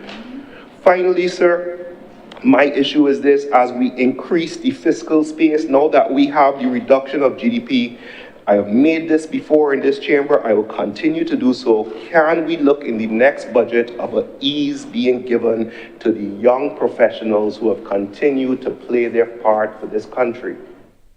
Can something be considered with regard to their tax regime and the obligations that they bear? So, Mr. President, based on those limited perspectives and without the benefits of the more sophisticated economic independent senators, that is my contribution, and I thank you for the opportunity, sir. Thank you very much, Senator Kevin Boyce. Senator Trim. Mr. President, honorable colleagues, I rise to support this bill because it really speaks to a fundamental need. A need that was covered before and one that is for Barbados to be able to sustain partnerships that strengthen the foundation on which our modern development rests. In a world defined by uncertainty, more and more so, a world that seems to be shrinking, a world where partners seem to be turning their backs, where priorities are shifting. It is economically volatile. Small states like ours have to be proactive and not wait on persons to grant us permission to determine our fate. And so as the global financial landscape rapidly evolves, we must determine not only the pace of our progress, but also what resilience looks like in our societies. And so it hinges on our capacity to build these kinds of relationships as addressed in this bill by seeking out institutions that understand our realities with partners who see beyond our size and recognize the potential of small island developing states. And so when we examine intersecting crises of inflation, climate, and geopolitical tensions, we really have to recognize that it has redrawn the developmental contours of Barbados and small island developing states. In many instances, the path that we thought we would take has shifted, and so we continue to explore new opportunities and horizons. There is a climate emergency within the crisis. We do not have the luxury of time. At this current moment, as said before, our brothers and sisters across the region who were in the path of Hurricane Melissa are seeking to rebuild. We talk oftentimes about resilience, but fail to realize that when we skip to resilience, we ignore the trauma, the need to cope, to come to terms with the level of loss that comes from natural disasters, to come to terms with the reality that, like in the Philippines, while you are seeking to find those who you have lost in one disaster, you may be preparing for another disaster that leaves you with no time. And while we have not created this crisis, small island developing states, particularly those in the Caribbean, contribute less than 1% of what has caused the disaster that we are witnessing. We are on the front lines while on the financial margins. And so the access and having proactive access to resources such that the government's advocacy and diplomacy has been able to unlock is crucial. There has been a lot of political theater, and I feel like we hear it in every discussion about the issue of debt. And it keeps coming up, and there are concerns about the level of debt. But debt is a tool, similar to how persons borrow for a car or for a mortgage. It is a tool. And people invest in their futures, and countries must do the same. We have to borrow to build. We have to borrow to modernize. We have to borrow to make Barbados more resilient, because we do not currently, given our size and what is available to us, we do not have the capacity to do it on our own. This expectation that independence, or the idea that independence means isolation, is flawed. It cannot survive in a modern world. It will not allow for countries like ours to build better, to build more, and to build faster. If many persons waited until they had all of the capital to buy a car, many of us would still be walking, riding bicycles, or catching the bus. I know that many times we talk about the fact that we do not want to take the bank's money. There are persons who have that. I don't want to get in debt. I don't want to owe nobody no money. But the issue is not borrowing. The issue is whether or not you can pay back. And so this government has borrowed to stabilize the economy. It has borrowed to upgrade hospitals and polyclinics, to rebuild roads and bridges across rural and urban communities, to invest in renewable energy so that our dependence on imported oil does not continue to drain us. We have borrowed to expand housing, improve drainage systems, upgrade schools, training centers, to reform education for the digital era. We have borrowed to digitize public services and to make government more efficient, to work to improve water infrastructure, for the Barbados Water Authority to strengthen social safety nets because we increased the amount that persons received under welfare. We have initiated the One Family program, and during COVID, there was the Adopt a Family program for persons who could not and who were zero-income households. That is what has been done. And we can argue, many will argue, that it is not fast enough. It is not good enough. But we have to continue working to be better, to do better. The household mitigation program that supported persons who were unemployed, those things matter. To get buses, to get garbage trucks, all these things that we could not get before. And so let me say here that context matters, because oftentimes I feel as though the honourable members from the opposition forget the reality and what context we are in. And so we acknowledge, and we have to acknowledge continuously, that in 2018 Barbados was a wreck, that we were in crisis, that the foreign reserves were gone with only a few weeks of imports. The country was drowning in the debt that existed. We could not pay. And the issue at that point in time is that our credit was bad. Nobody didn't want to lend us anything. We closed off ourselves from the international world. Investor confidence had evaporated, and we faced the prospect of defaulting for the first time. Basic public infrastructure, you heard before, sewage on the streets.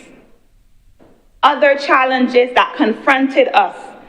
The Queen Elizabeth Hospital was short on equipment, short on everything that you could possibly imagine. There were less than 100 buses on the road, and those buses that were in the fleet were very old, over 10 years. And so we endured what no country in a modern world should endure. The truth is that the Democratic Labour Party left this country running on fumes in 2018. And so the debt that they now decry was not born in this administration. I've said it before, we did not inherit government a tabula rasa, a clean slate. We inherited it with a high level of debt. It was unmanaged, unstructured, and unsustainable. And they knew it. Under this stewardship, the government borrowed not to build, but to plug holes, and we could not figure out where they were coming from. They postponed hard decisions. They kicked it down the road. Maintenance was deferred. Projects were stalled. Social infrastructure that holds a nation together, schools, education, welfare, investment in young people, that was allowed to decay. Sanitation, not having garbage trucks, that is the context. For years, we had no fiscal plan because we were still learning on the job. No clear growth strategy, no idea of what was next, no faith from international lenders. We were at junk status when it came to credit. And so in 2018, we faced a stark choice, and we have faced stark choices to rebuild or allow it to collapse. And this government began the job of rebuilding Barbados' economy and its reputation. We took on the hard work of stabilization because to do not do that would have to be derelict in our duty. We did not have the luxury of inherited stability like they did in 2008. We had to rebuild it from scratch.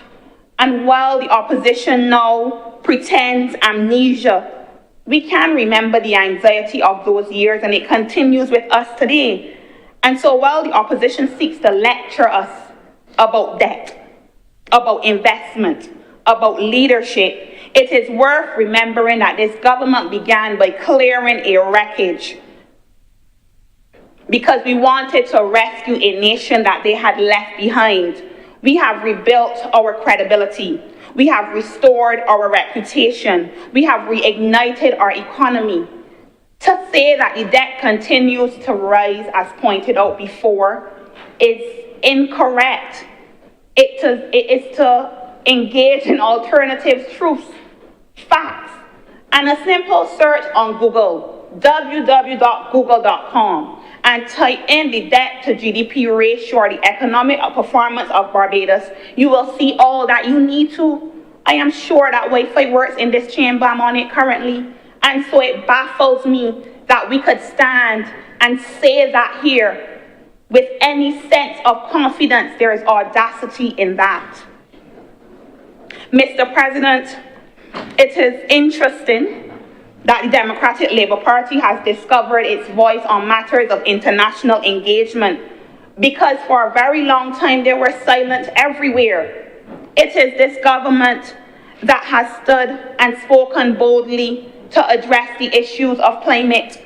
Silent when Barbados' economy was collapsing. Silent when there was sewage on the streets. Silent when our international credit rating sank to junk status.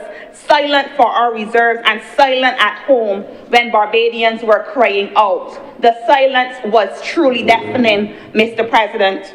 And so the irony oftentimes in this chamber to me is comical as well as insulting, because the same party that left us with nothing now wishes to lecture a government that continues to restore all of these things. No one was listening before. They are listening now. Foreign policy was invisibility and diplomacy was non-existent.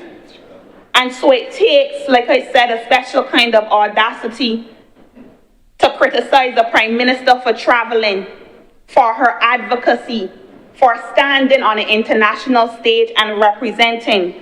And so yes, a round clock is right twice a day.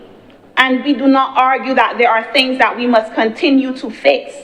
And we have committed and we are investing in doing just that, because the cost of silence, the cost of inaction, the cost of invisibility is too high a price for us to pay. And I want to speak very briefly to the travel schedule that keeps coming up, because we have to rubbish the notion that Barbados can protect its national interests by sitting quietly on the sidelines of global matters. You cannot shape the world agenda from the shoreline, from Barbados. You cannot demand fairer financing. You cannot demand equitable trade. You cannot demand meaningful debt reform by standing outside the rooms where those decisions are made. If we are not there, we are not considered. And when we are not considered, our priorities and our people are forgotten. The global order does not stop to accommodate those who refuse to engage, and under this administration, we have continuously engaged. Mr. President, every time our Prime Minister steps on the international stage, she carries a mandate of necessity. And we see that with the passing of Melissa. We see that with freak storms. We see that with the heat in Barbados. We are sweltering. We see that with the realities that we face. Every shock, every shift, it touches our people. And so if we are unable to advocate for ourselves, my question is, if not us, then who? To sit still while others decide our fate would be, once again, a dereliction of our duty. And so because we cannot afford to be a spectator, our Prime Minister must travel. She carries with her the realities of small states. And those who criticize her for showing up internationally may find comfort in silence, as they have exemplified. But silence has never shifted the balance of global inequity. Being silent has never allowed for a change to occur. In silence, we are complicit. In silence, we accept the treatment that we receive. And in silence, there is no progress. Mr. President, if Clement Payne had been silent, we would not be where we are today. If Errol Barrow had been silent, and if successive leaders had been silent, Grantley Adams, Tom Adams, and we can go down the list, the line of those who have spoken on our behalf at every single level. If workers are silent, nothing will occur on their behalf. Because those who say nothing are seen as being in agreement, and we cannot afford that. It is easy to mock participation when one does not plan to engage the world. And so we do so not for headlines, but for results. And this was not the presentation I truly intended to give today, let me say that. But once again, it is difficult to sit here sometimes and to listen to the talking points that seem never to be changed and just to be a rearranging of words for every debate. We hear the same thing over and over again. We understand that there is politics at play, and maybe because we are in November and the gala is coming up, we are in a theater. But that cannot continue to be what is brought. And it is frustrating as a young person because to listen to arguments about or discussions about the Prime Minister's travel as if we do not accept that we are in a growingly interconnected world, or to listen to challenges about debt when we recognize that the size of Barbados' economy continues to be exceeded by the needs of our people and the wants, is frustrating. And so, Mr. President, I want to close with a simple reflection. We all understand storms. We have seen in how just a few hours a storm can wreak havoc. It can destroy years of progress. And I want us to consider if that storm lingered, if it just sat there, how that destruction would be amplified. If it was unrelenting, pounding away, rain pouring, how our drains would flood. The damage would not just be confined to branches or flooded roads, it would be even deeper, even more. The cost would be astronomical. And now, consider the amount of time it takes to rebuild after a storm. Consider the amount of time it takes to fix everything, to restore things that have been lost. Rebuilding is not instant. It requires patience, resources, and a steady hand. You cannot rebuild in the same hour that it takes to clear the debris. You must repair foundations, lay new blocks, rewire what is broken, and reimagine what must never be built again and what must be built better. And that is what this government has been doing, rebuilding Barbados after the storm that we inherited. But let us take that analogy one step further, Mr. President. Imagine that storm not coming across the Atlantic Ocean, but based in George Street. And imagine that storm being there for 10 years of economic mismanagement, infrastructural neglect, institutional decay, and international absence. 10 years of silence and stagnation at home. That is the storm that we have endured. A decade of drift with no purpose or direction that left our economy battered and our institutions weakened, our people weary, and in many instances angry. So yes, Mr. President, I stand here and I will do so at every debate to note that there is still work to be done. We are still laying pipes in St. Lucie. The QEH expansion is still continuing. We are still working to ensure that our social welfare nets are restored, protected, strengthened, so that we protect the most vulnerable. We are doing poverty assessments because we need to understand where our people are and who deserves the most help and who must receive the most assistance. This is not overnight work. And so brick by brick, policy by policy, partnership by partnership, forum by forum, we are going to repair the roads. We are going to make sure that waters reach the communities, clear water.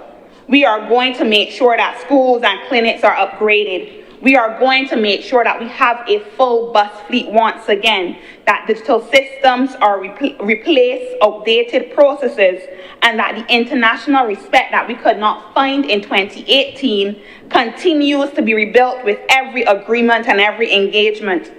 This government and this administration does not pretend at any point in time that the journey is finished, because development is not a destination. It has always been a journey.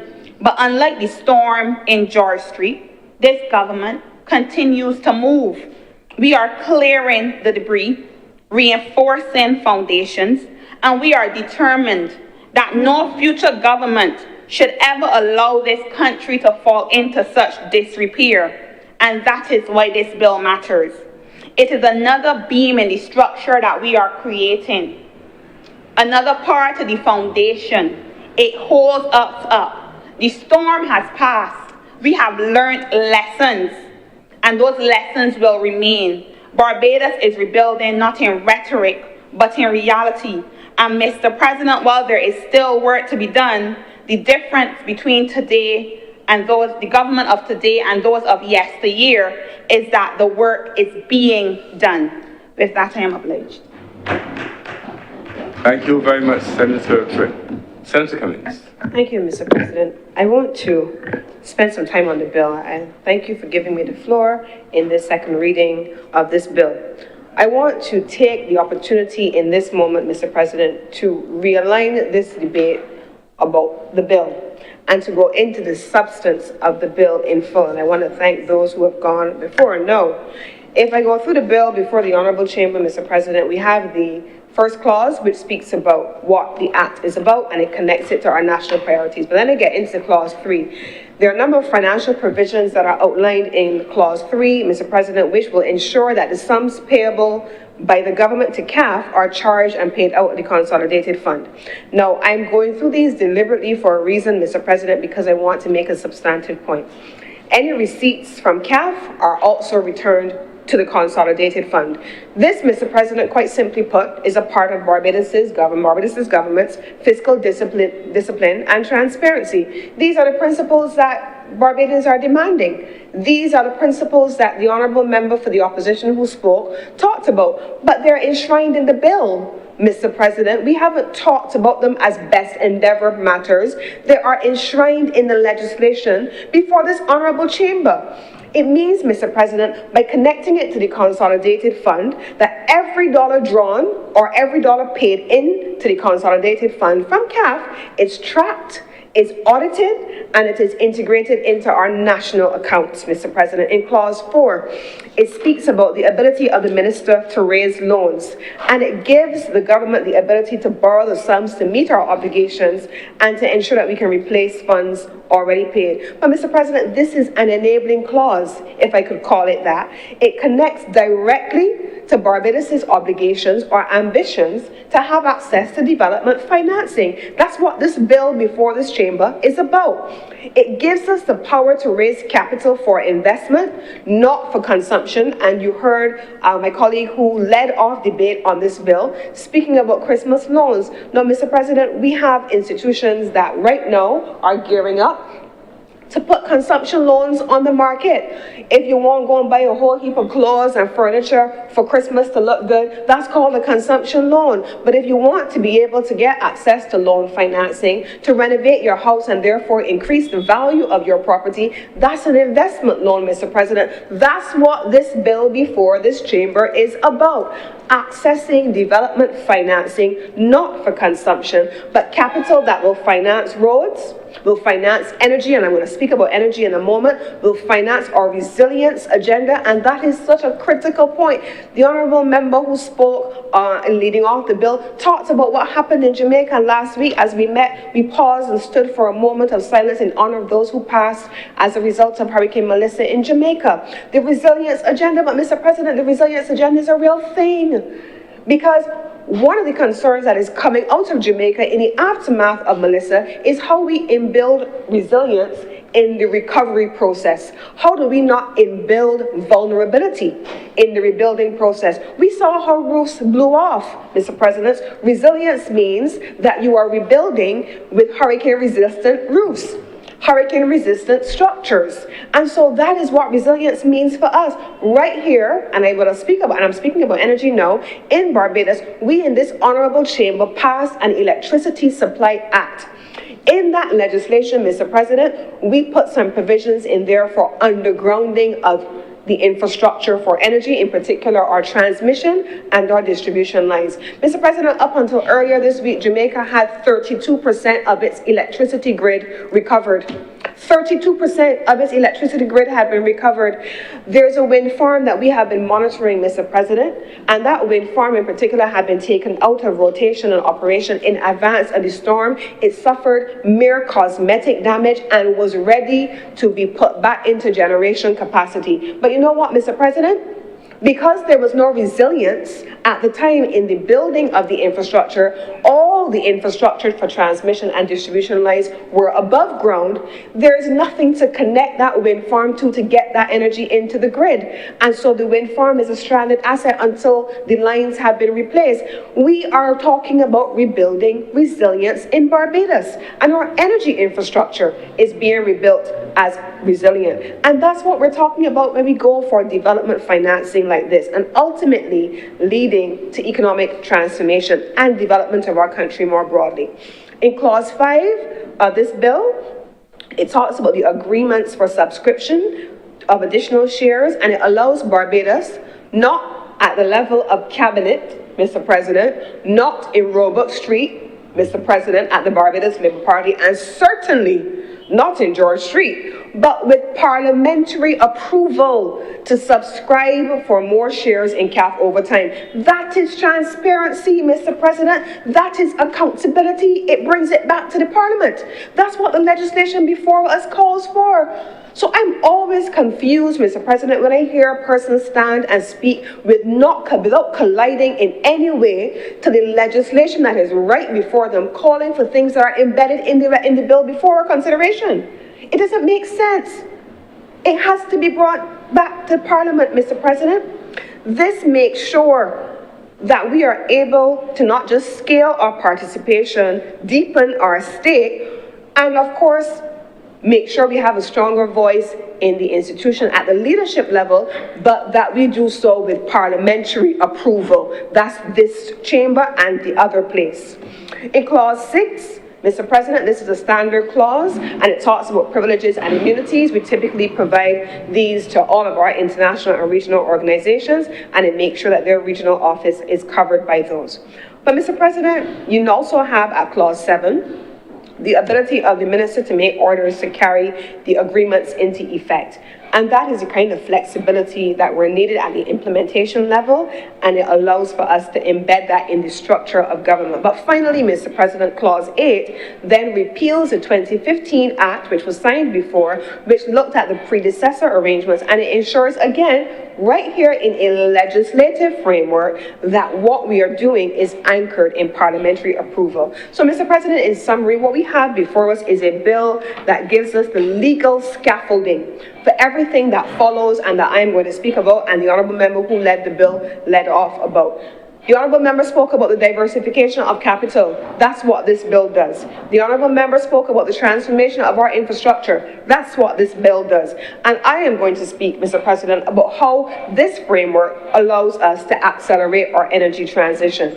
But before I get there, Mr. President, there are Barbadians, and I accept that, who are raising concerns about debt. Not because the Honourable Member for the opposition is sharing fake news, misguided news, deliberately incorrect news. And so, Mr. President, that's not what Barbadians are talking about. They are raising concerns about debt. Let me take a few moments to speak about what that means, Mr. President. Every responsible government must speak about what the debt levels are actually, what our debt service capability looks like, and we must answer those questions clearly, simply, and truthfully. There can be no arguments about that, and so I agree with the Honourable Independent Senator, because there's no independent political party. There's an independent, we speak as individuals on the independent side. So I agree with the Honourable Member who spoke as an independent earlier. But this bill is not about Barbados being reckless with new debt. It is not about us taking on new debt. It is about improving the quality, the structure, and purpose of the financing that we actually have access to. The Honourable Member, Senator Chantal Monroe-Knight, spoke earlier about our debt to GDP ratio, and I'm sure that in her wrap-up, she's going to speak to that. But when we borrow from CAF, we're doing it for some very specific reasons. Mr. President, CAF's loans are long tenor, they are concessional, and they are aligned to our development outcomes. They are capital investments. I want to make this point here, Mr. President. It was raised earlier, and in an unfortunate statement about climate loans being prone to corruption. It was an unfortunate statement, Mr. President. It really was, because we know we live in a world where for some of us, climate is a real thing. Climate events is a real thing. The climate crisis is a real thing. We only have to look around our region at what has happened with our neighbors, and climate is a real thing. But there are those who believe that climate science is conspiracy theory, and so they don't want to have financing attached to anything called climate. And we accept that that is the right of any individual or any country to take that position. But that does not mean that for those of us who live it every single day, who know what sustainability needs to look like, who understand what sea level rise looks like, who understand what the impact of our climate crisis has been on our country, it does not mean that we do not have to make sure that when sources of financing go away from traditional sources because climate is no longer offered on the table, that we cannot access financing for our development goals from other spaces, like CAF. Mr. President, that's what we are here for. It has nothing to do, Mr. President, with corruption in this instance, and that was an unfortunate reference because it minimizes the legitimate concern of every single small island developing state, every single developing state that has signed on to instruments or institutions that have been advocating for the Bridgetown Initiative, for concessional financing, for affordable capital, and for our development concerns to be placed squarely on the international table. The Loss and Damage Fund, Mr. President, in COP28, Senator Monroe Knight will speak about that, I'm sure. If her Honour Deputy, Madam Deputy President was here, she would speak about that as well. Has it been capitalized? No, Mr. President. So when a country like Barbados wants to finance its development, where will we go? So under Clause 4 of the bill, the Minister's borrowing authority is framed within the law, and it is tied to Section 3's fiscal controls. It is ensuring by so doing that all transactions are not corrupt, but they are subject to audit and oversight. This is fiscal discipline, Mr. President, and it is embedded in the legislation. That is the hallmark of this government. Barbados' debt trajectory, Mr. President, has very much moved down, not up, and our primary balances have remained positive. With this bill, we are strengthening and not weakening our fiscal management tools. Now, I want to go into a couple of details, Mr. President, that were erroneously mentioned earlier. Now, in the first instance, let me get into the easy ones first. I want to put it on record in this honourable chamber that the interest rate for trust loans is not 20%. That is an untruth. The interest rate for the Barbados Trust loans is 5% on the reducing balance. 5% and not 20%. This is why Barbadians often get concerned, because they are told things that are not accurate. And they hear those things sometimes from what they believe are authoritative voices. That is not true. I want to take a moment also, Mr. President, to point out about the functioning of the Public Accounts Committee. I sit on the Public Accounts Committee. Yes, the leader of the opposition is the chair of the Public Accounts Committee. But as with every committee, you have a consensus of the whole. The government of Barbados is not attempting to stifle consideration of new items. The fact of the matter is, the leader of the opposition does not wish to debate the items that are already on the Public Accounts Committee's agenda. He wants to debate matters that are not on the Public Accounts Committee's agenda. And what do I mean when I say that? There is a report that is to come to the Public Accounts Committee. It has not been laid by the Public Accounts Committee or by the Parliament of Barbados. But the leader of the opposition refuses to have the Public Accounts Committee meet for over a year now to discuss the legitimate issues that have been on the Parliament's agenda for some time now, because he wants to have the country believe that a matter not before the Parliament is being refused by the government of Barbados. That is not fact. Mr. President. It is not truthful. Mr. President, the Public Accounts Committee can meet to debate and to finish the matters that were on the agenda. I even took the time, as if I don't have enough to do, to agree that I would be willing to join a small group to go over the findings of the previous PAC, to be able to summarize what the outcomes were, to be able to have them put before the committee in a formal way so that we can move forward. The meetings have not been convened since then. The leader of the opposition would wish for us to discuss the special audit of Hope. That has not, to this date, to the best of my knowledge, been laid before the Parliament of Barbados. Until such time as that report by the Auditor General's Office is laid in Parliament, there is nothing before the Public Accounts Committee to discuss. So it is erroneous to attempt to suggest to the public of Barbados that the Public Accounts Committee has a matter before us that the government is refusing to allow the opposition to discuss. It is not truth. Now, Mr. President, I also want to just point out that the call for transparency and information on all of the loans that the government has taken out over time is also a ruse. When I stand here on mornings, when the Senate opens, on the order paper, Mr. President, there is the way in which the order of business is laid out. The formal entry of His Honor the President, that would be you, Mr. President. Prayers, if our chaplain is here, and if not, there are members of the chamber who take responsibility for that. Messages from Her Excellency the President, announcements by Her Honor, and presentation of petitions, presentations of papers. The clerk calls those things faithfully every week. Under presentation of papers, week on week on week, any and every single loan or financing arrangement that has been entered into this country has been laid in this Parliament. It is laid in the other place, and it is laid in this chamber under presentation of papers. Just today, I laid loan agreement 2/854 Urban Renewal Project. And it says, that I'm reading it deliberately, Mr. President, because it says explicitly what the loan is to be used for. It says this, Mr. President, the loan agreement number 2854, Urban Renewal Project in the water, housing, and infrastructure sector, phase 1, between the Saudi Fund for Development and the government of Barbados.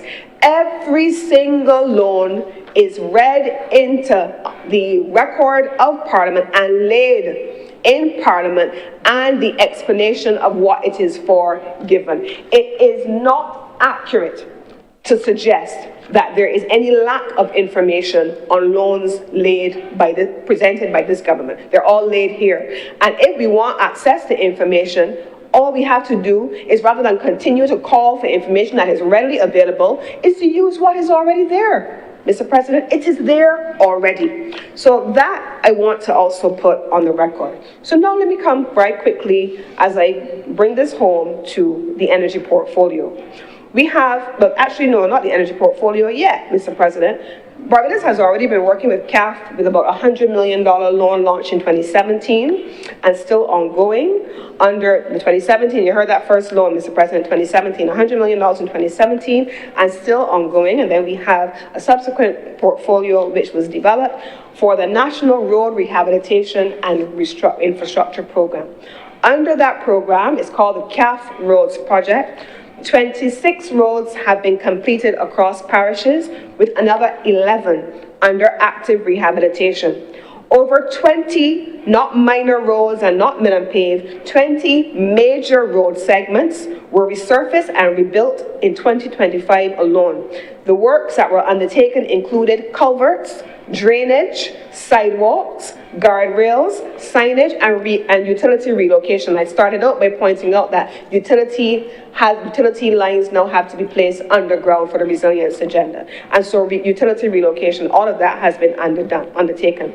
The program is most certainly not cosmetic resurfacing. It is full-scale infrastructure renewal. There are roads that we are complaining are taking long that we can see in front of our face, Mr. President, because it's a full infrastructural renewal. Prior Park in St. James, Mr. President, Shop Hill in St. Thomas, Cottage Vale in St. Philip, Chancery Lane in Christchurch, Bagatelle Gardens in St. Thomas are all being rebuilt in a major infrastructure transformation. And if we were to come to St. Lucie, Mr. President, if we were to come to St. Lucie, let's come there for a moment. Now we have water issues that have been raised by members of the public, and no one can question that people want to be able to drink clear water from their taps. That's a fact. Can't question that, can't argue with that. I would never say otherwise. So you want to drink clear water from your taps, and you should have a right to clean water. It's actually one of our human rights, clean water. So, Mr. President, what does this government do? This government takes the time to make sure that they are investing in a major mains replacement program in St. Lucie. Now, you gotta give to take, right? So you can't dig up a road, especially if it is a major infrastructure artery or major infrastructure work. It doesn't happen overnight, Mr. President. It can't happen quick because you got to dig it up, you got to put the drains, you got to get the design work done, you got to put the utilities on the ground, you got to make sure that all the things are in place before you resurface it. In some communities, and I know this very well, Mr. President, even just this week we were having a conversation in one St. James community. Someone called to say, Lisa, can I get natural gas in my area? Are you guys doing natural gas in the area? And the reason they asked was because there was a road project that was underway, a major infrastructure road project in that area, and they wanted to know if before the road was finished, if natural gas pipes could be installed so the residents in the area could have access to natural gas. And so the natural gas teams, along with the utility teams, along with the transport and works teams, along with the construction teams, they were rationalizing what they needed to do,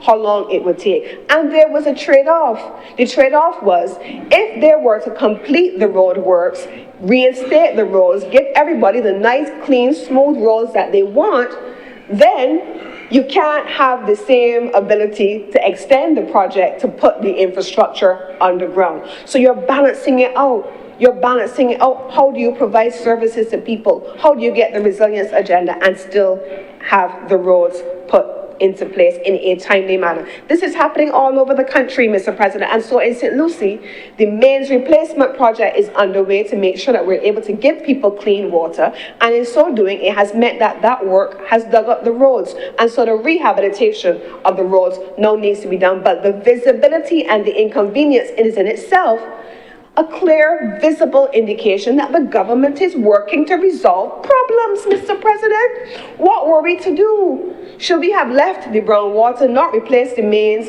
not have the roads dug up, so that we could have people setting and talking about brown water in perpetuity? You have to change the pipes in order to address the issue, because the Honourable Senator who led off the debate talked about non-revenue water. And why was there non-revenue water? Because no government before this government did mains replacements of 60-year-old pipes, Mr. President. We did it. We did it. And so, Mr. President, in the energy sector, as I close, this is perhaps one of the most infrastructure-heavy sectors that this country is going into. We, on Friday of last week, published, I have to say, after a really long slog at it, Barbados' first request for proposals for battery energy storage systems. Now, Mr. President, again, this is a clear example, the interconnection of those battery storage systems, Mr. President, to the grid must go underground. That is a requirement of the Electricity Supply Act. But it means that there's expensive work that has to be undertaken. And I am hopeful that CAF and the financing available for CAF would allow us to do some of that work. Equally, Mr. President, we are now on the final runway to launching Barbados' very first onshore, large-scale, utility-scale, I should call it, wind farm. between 30 to 60 megawatts in St. Lucie. Equally so, Mr. President, that is major infrastructure. Between those two projects, that's approximately $300 million US in projects. Those are private sector financing projects. This CAF bill, by moving from the series, moving to the new series category, it allows us to unlock private sector capital to bring partners like CAF into the mix, Mr. President. So things like grid modernization, storage that I have just talked about, establishing resilient microgrids, distributed generation, electric vehicle infrastructure and energy efficiency retrofits, along with the requisite technical assistance for policy, regulation and workforce training that was done for the Barbados Water Authority, where they did have technical assistance, what was done for the Ministry of Responsibility for Infrastructure, where they did have a technical assistance portfolio.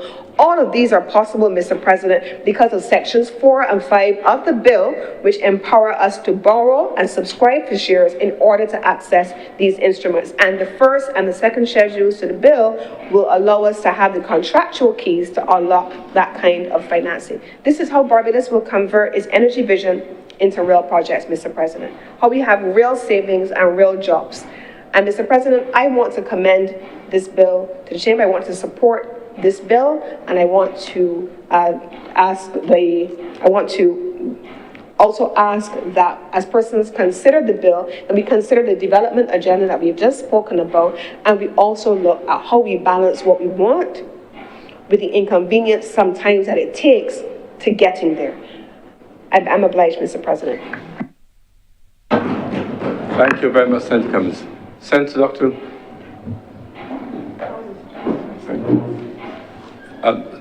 Senator Morris.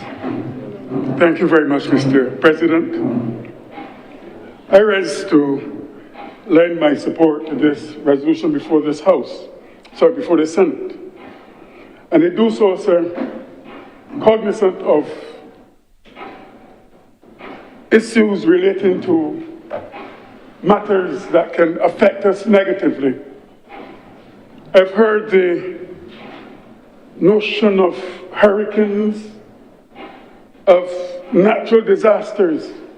We ourselves have had our spate of unfortunate circumstances, and we had to find it within our resolve to get over these issues, either mentally or financially.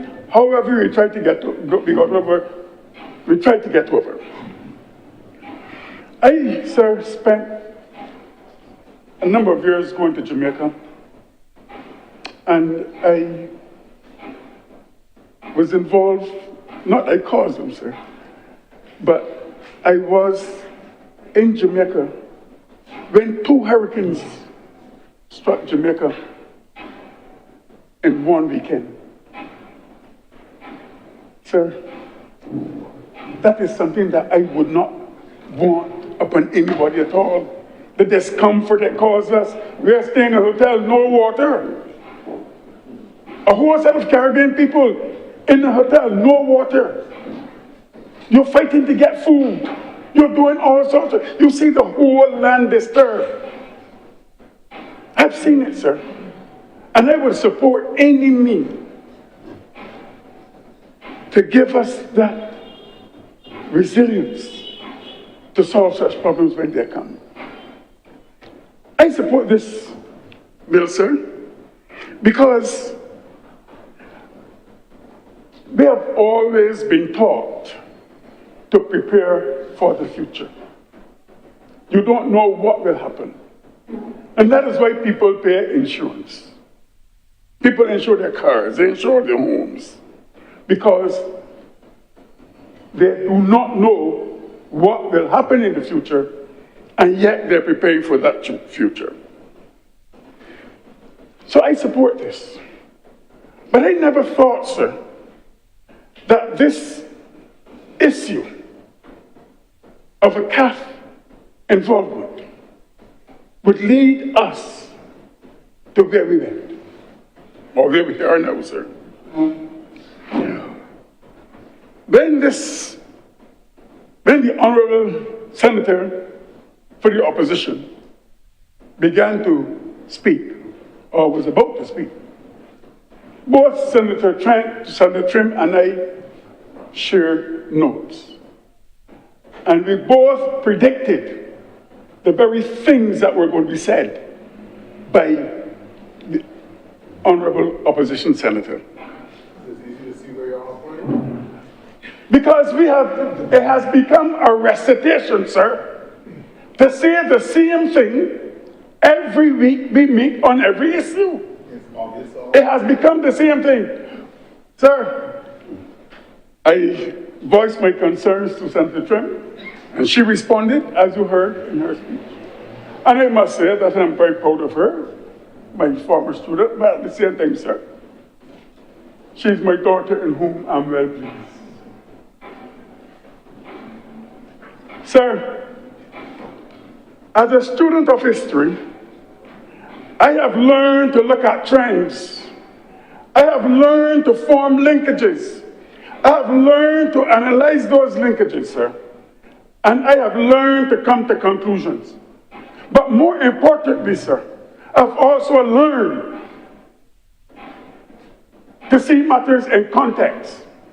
And therefore, sir, I never look at the tree without the context of the entire forest. And what are we seeing here, sir? Not just a matter of loans and borrowing and debt and the economy and roads and water. Sir, this, in my view, is a deliberate attempt to distract the public from the fact that even in this Senate, the opposition is still in confusion, that they are still not unified. They are trying to distract the public from the fact that sometimes only one opposition member is here, and at times none at all. And this is what is happening, that they cannot be unified, that they have brought, it seems as though that George Street attitude has invaded this or permitted the Senate. That is what I'm seeing. That at no point, so when last did we see a full complement from the opposition in this Senate? And these are things that we have to do. I rise on a point of order, Yes. and I think that the Honourable Senator should withdraw his comments. Yes, Senator Reverend Morris, it is against our standing orders to include proper motives to members, and I think we will all be present or absent from time to time. And I think that you're trespassing on, not unintentionally so, but trespassing on suggesting that there could be some improper reason for the absence. And I think really that you should withdraw that and move on.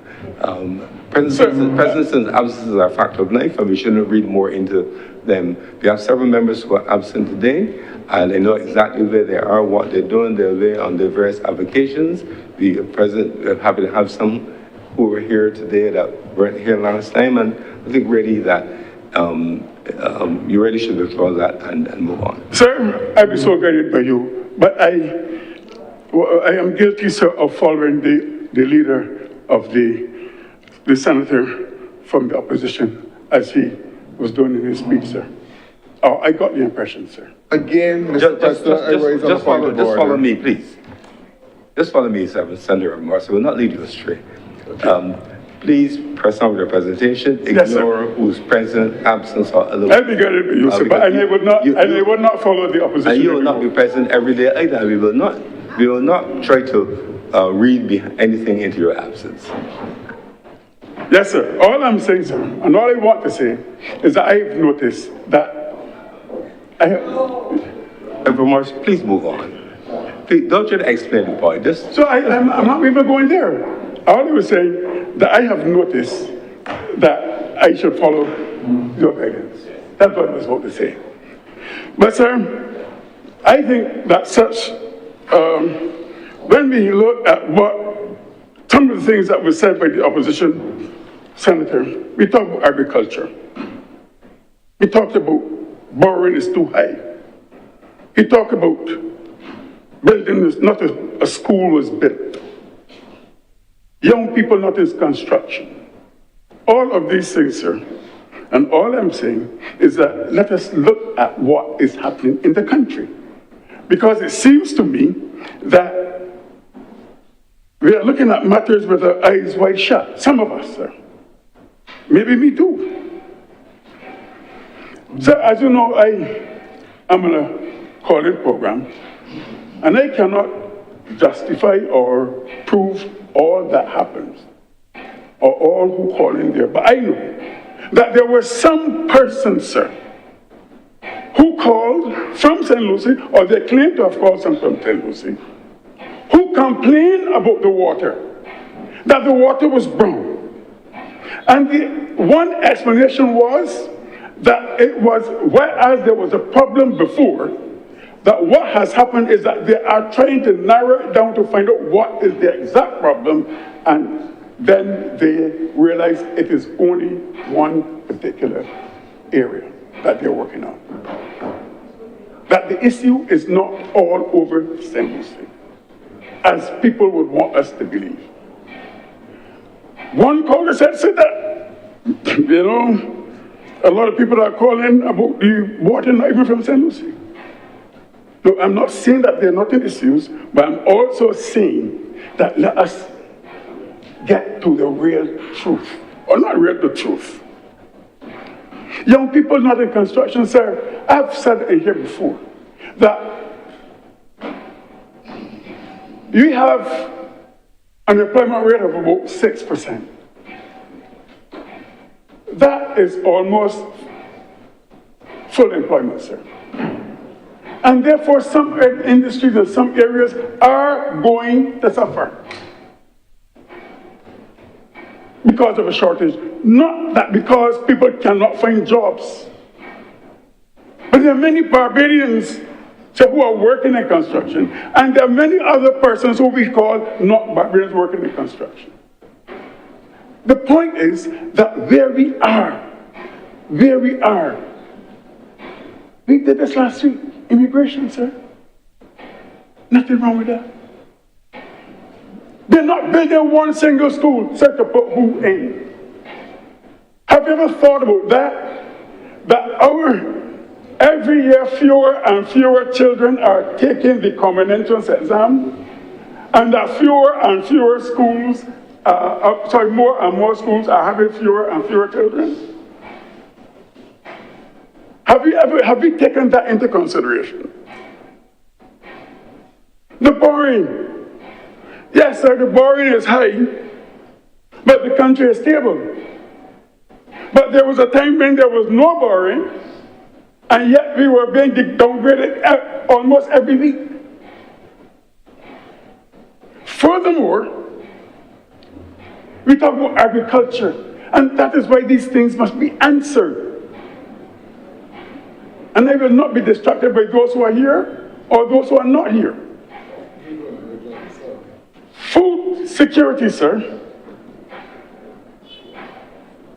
I don't know, vertical farms. You know, I think it was the Aztecs. It was the Aztecs who used to have floating gardens. Am I right? Is the Aztecs or the Maya? Well, sir, okay. But they used to have floating gardens because of their environment. And because of our climate is shifting, that is where we have to go. So we have vertical farms. Because we have to look now at smart agriculture. The black belly sheep project we had with Guyana was laughed at, scoffed at. There's Project Care, sir. Project Care. Care, Community Agriculture Response for Empowerment. This Project Care empowers communities, yet we're hearing that nothing is done in agriculture. Isn't there a Barbados Institute of Food and Agriculture at Hope Plantation in St. Lucie? The greenhouse programs at schools? The tissue culture lab? The agriculture research that is going on with the University of the West Indies? Isn't that agricultural development? And those are just a few. But we are hearing all sorts of things, except every speech, sir, is the same thing. And I'm willing to bet, I'm not a prophet, I'm not even the son of a prophet, but I'm willing to bet you that if we have to discuss housing, we're going to hear the same thing again. So, sir, I think that when it comes to these things, I go by evidence. And Barbadians need to go by evidence. Not what is said. Because I've noticed, sir, I can't remember the term that is used for it, but I can read it up and come back at some point. There is a term that every issue we bring, no matter how good, there's always, it is treated as though there's something suspicious underneath. And that's what is happening with some of these things. When you hear about I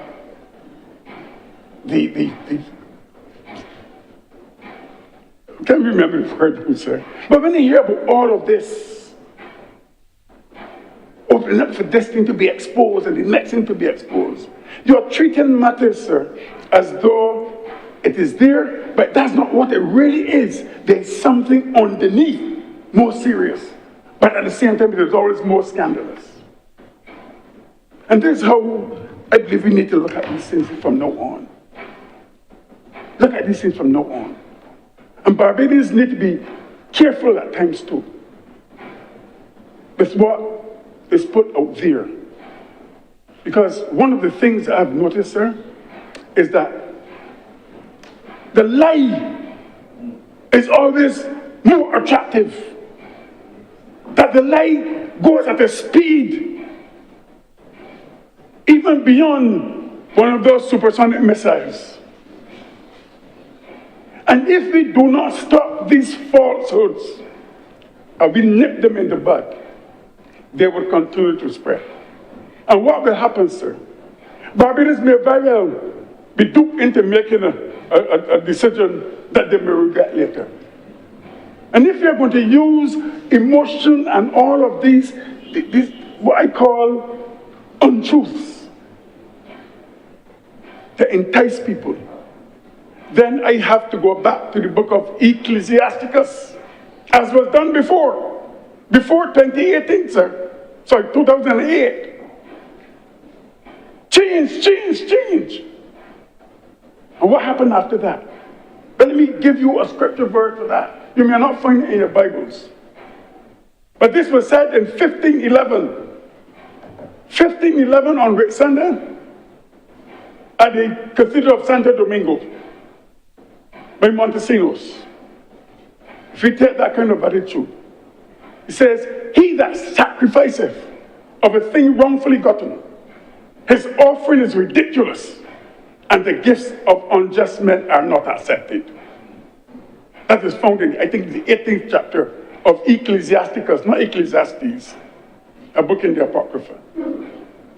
And I'm saying to you, sir, and say to this whole, and I'm saying to Barbadians, that when it comes to serious matters, let us deal with these. If you were telling me that this bill, this resolution, if you point out all its faults, but you agree with it,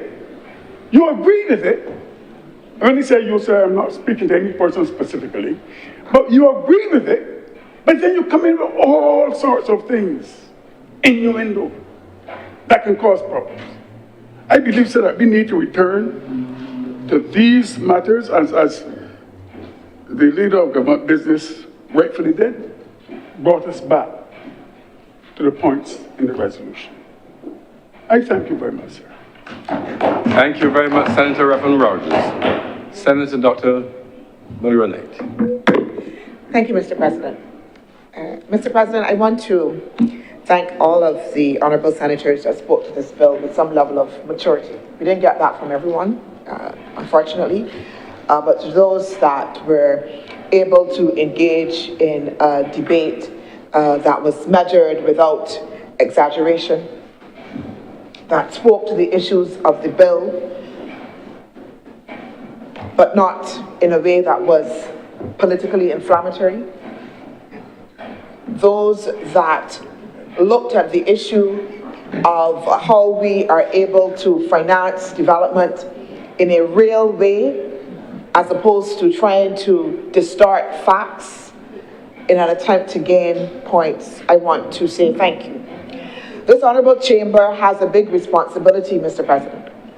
And that responsibility is extremely important because of the time that we are in, because of how we need to be able to galvanize our society and build resilience, particularly in the context that we have. It is a time when we have to, yes, make sure that we educate our population so that they understand the issues and are then able to make measured choices about how they operate, about how they plan for themselves, and how we as a country are able to plan nationally. And that responsibility, Mr. President, is huge and it weighs. And certainly one of the things that I have reflected on in this debate is the extent to which we take that responsibility seriously, our responsibility not to ourselves, but to the public, and to have a debate that again that is responsible and mature, Mr. President. And while we all want to be able to defend our politics, in some measure, there has to be some level of a line in terms of how we do that in a way that does not distort.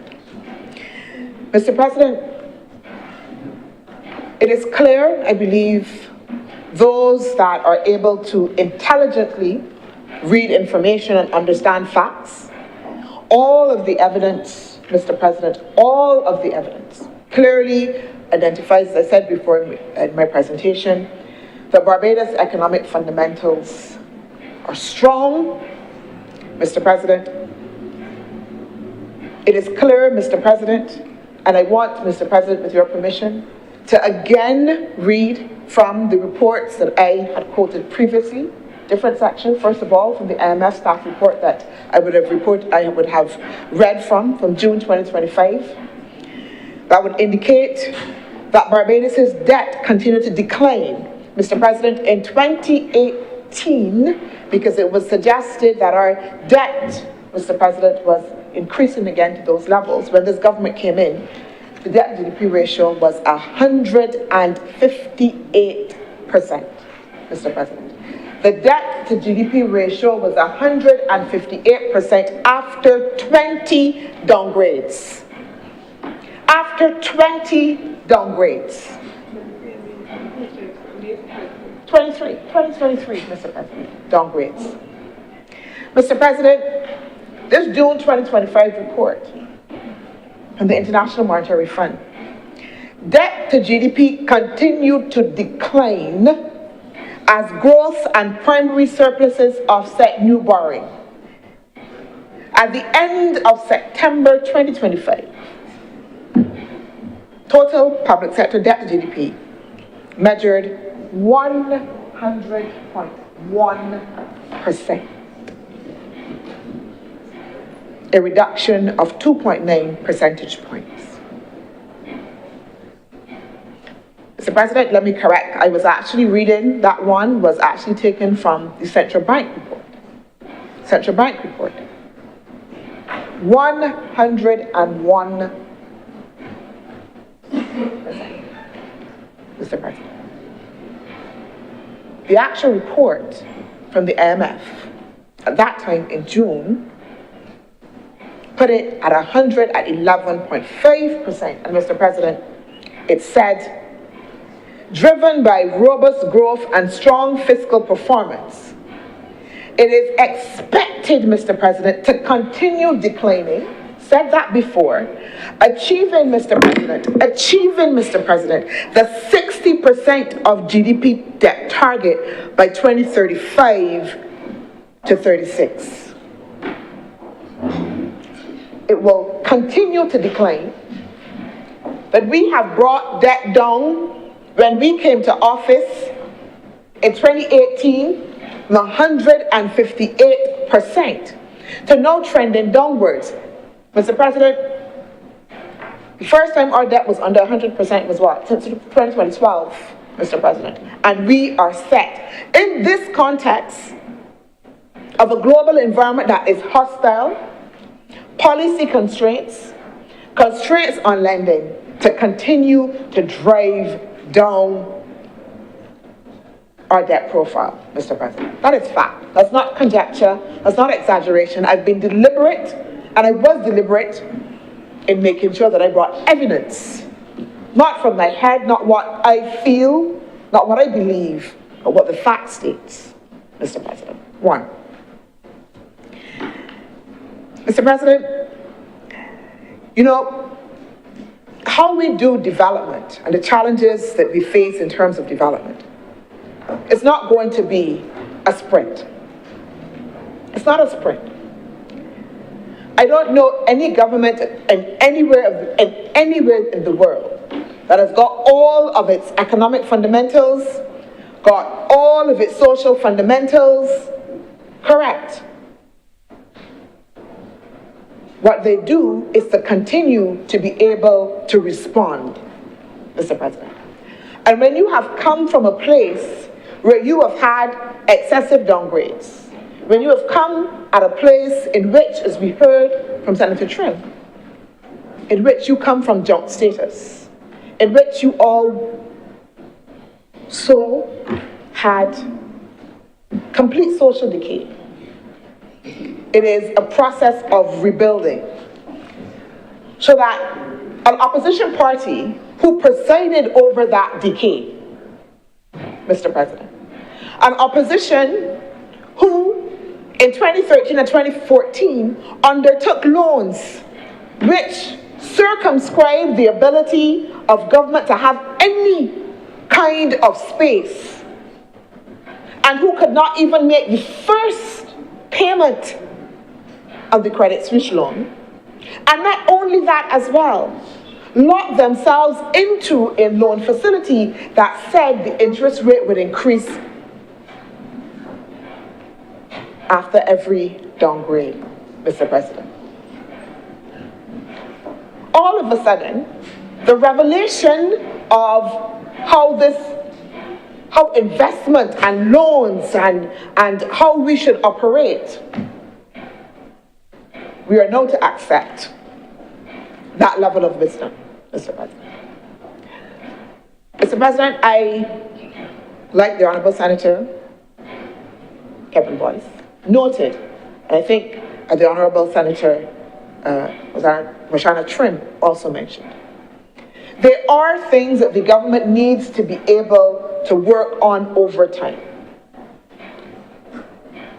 There are things that we need to be able to continue to build out.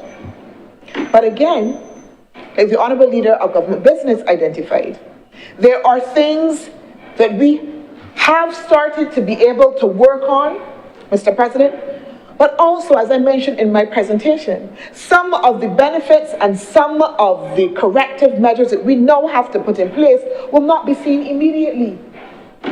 There will be long-term, Mr. President. What we are doing in education transformation is not an investment, Mr. President, that people will see now. It's an investment that you will see in the future. Mr. President, I don't even want to talk about the fact that just recently, the government has opened a new school. It's a new school, particularly for climate. It was opened in Bay Street. I leave that there, Mr. President. I don't want to talk about, Mr. President, the investment that we are making as well in the healthcare system in order to be able to deal with the issues that we have at the Queen Elizabeth Hospital. So we are not blind.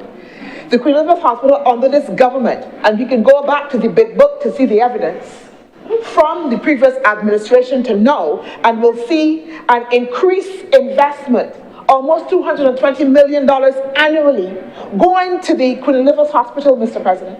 Plus, the government also recently a loan taken from the Saudis specifically to deal with building the infrastructure, doing repairs to over 9 polyclinics, Mr. President. Mr. President, we also just signed another agreement with the Chinese for further upgrades, Mr. President, and modernization for the Queen Elizabeth Hospital. That is investment that we are making. Mr. President, we don't want to talk as well, because we've heard that apparently this government does not take loans or do investment in people.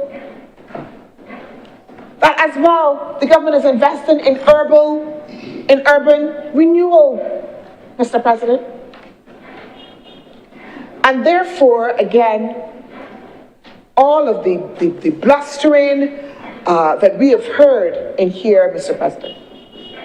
And again, and I want, Mr. President, to say that this is not to say, one, like I said previously, that there are not things that we need to be able to work on, that there are fundamental restructuring that we have to do within the public service to be able to deliver better. We have said it. Mr. President, we have said it. But we also note that we are working to be able to do it. The restructuring that is happening within the SOE reform, Mr. President, is one of those areas that we are working on to be able to better deliver more efficiently, reduce government subsidies, and make sure that those agencies are commercially viable, Mr. President. Within the public sector as well, the restructuring that is going there, our Prime Minister talks about deconstruction and reconstruction, Mr. President, in order to ensure, again, enhanced delivery.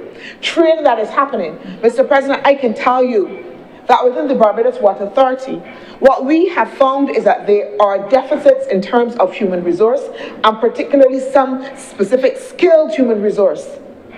And we have to be able to address those by making sure that we look far and wide for those. But that will take time as we then are able to deal with the day-to-day issues, Mr. President. Mr. President, I don't want as well us to forget, because we talked about the agricultural sector, the $2 million facility that the government made available for poultry farmers that was there. Mr. President, the fact that poultry farmers, not only poultry farmers, but the agricultural sector can access loans under the Enterprise Growth Fund as well. That is a facility for them to be, in order to be able to have financing. We heard that this does not exist and there's no facility for them as well. And Mr. President, I could spend a considerable amount of time going through the various programs that the government has had and put in place, but also as well acknowledging that there are some that need to be strengthened. The government is acutely aware that even as we say, and even as the facts identified, that we are now at the point of one of the lowest periods of unemployment, that we are not prepared to just say that. Because even as we have that fact, the government announced the launch of a job registry in order to make sure that we can have people, again, who are looking for work and be able to match them with where there is unemployment, Mr. President. We have and continue to expand Construction Gateway to strengthen the skills and training opportunities, particularly in key sectors where, again, we are seeing deficits, Mr. President. The investment that we are making in training in new technologies, because it is not just about jobs, but because we want to have quality jobs for people, Mr. President. And those are efforts that the government is making on an ongoing basis.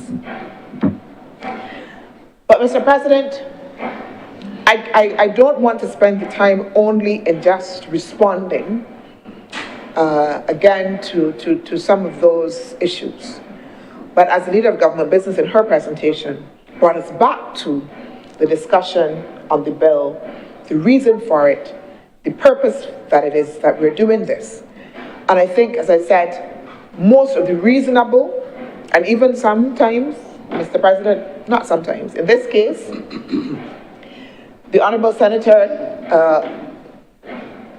Andrea Worrell also as well, I believe, indicated that there's no problem with what the bill presents on its own and the government's attempt to make sure that we are expanding our ability to have that necessary fiscal space and the opportunities for the private sector and others in order to make sure that we can build the necessary resilience as well.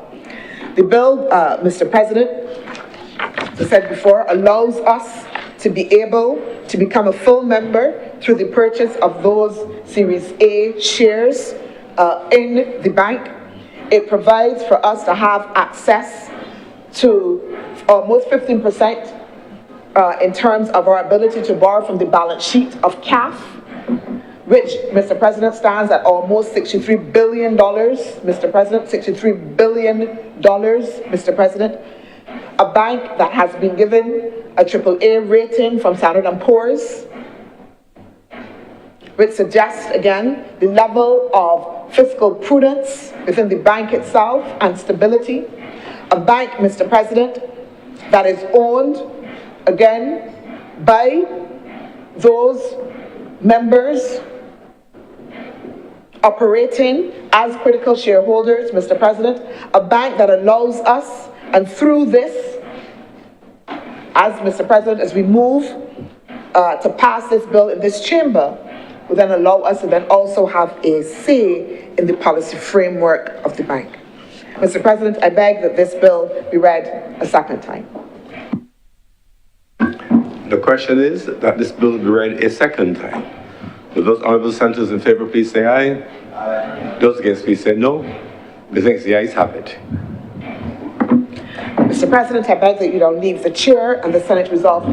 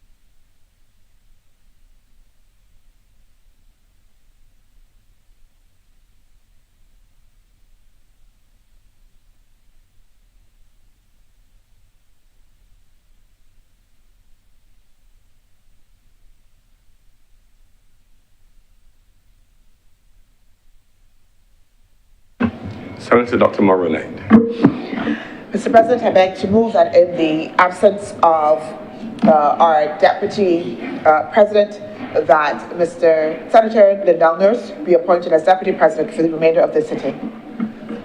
The question is that Senator Honourable Lindell Nurse be appointed to position of Deputy President for the remainder of the sitting. Will those honourable senators in favour please say aye? Aye. Those against please say no. The ayes have it. Thank you very much, Senator Nurse, for agreeing to serve. Mr. President, I beg to move that you don't leave the chair and the Senate, the chamber resolve itself into committee for further consideration of this bill. The question is that you do not leave the chair and the Honourable the Senate resolve itself in the committee for further consideration of this bill. The honourable members in favour please say aye. Aye. Those against please say no. The ayes have it.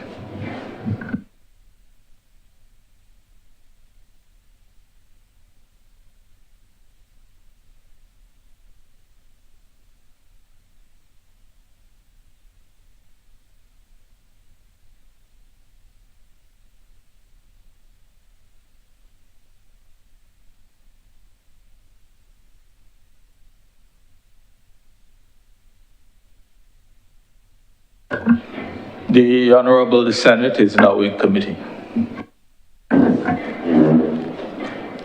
Mr. Chairman, maybe it's a short bill, but maybe take it in two parts. Clauses 1 to 8.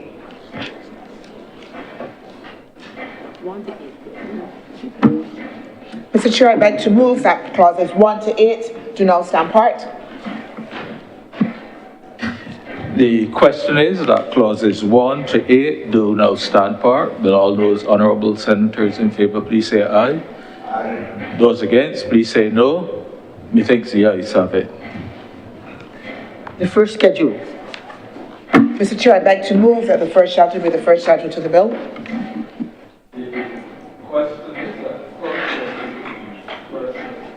Question is that the first schedule be the first schedule to the bill.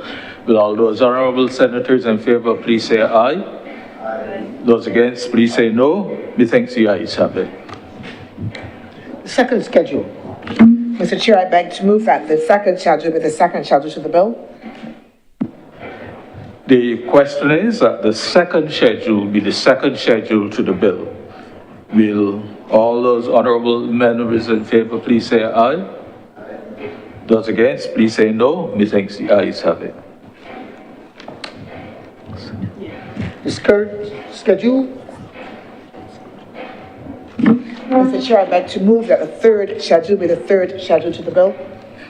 The question is that the third schedule be the third schedule to the bill. Will all those honourable senators in favour please say aye? Aye. Those against, please say no. Methinks the ayes have it. 1, 2, 3, that's it. 1, 2, 3. Report. Mr. Chair, I'd like to move that you do not report to His Honour the President the passing of one bill in committee. The question is that I do not report to His Honour the President the passing of one bill in committee. Will all those honourable senators in favour please say aye? Aye. Those against, please say no. Methinks the ayes have it.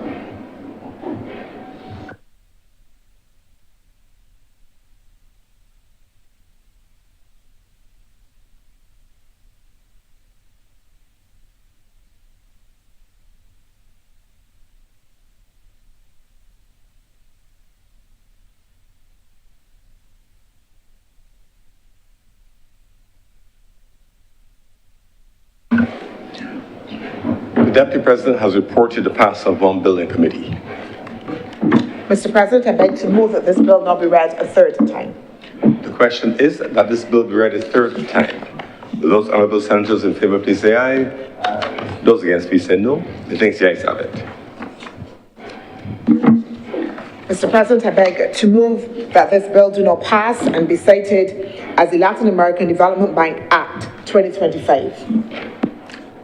The question is that this bill do not pass and be cited as the Development Bank of Latin America and the Caribbean Act 2025. Will those honourable senators in favour please say aye? Aye. Those against please say no. Methinks the ayes have it. This bill is now passed and so cited. Senator Cummings. Mr. President, I beg to move that the sitting of the Senate be suspended for lunch and to resume at 3:40 this afternoon. The question is that the Honourable Senate be now suspended until 3:40 p.m. today. Will those honourable senators in favour please say aye? Aye. Those against please say no. Methinks the ayes have it. This sitting is suspended until 3:40 p.m. today.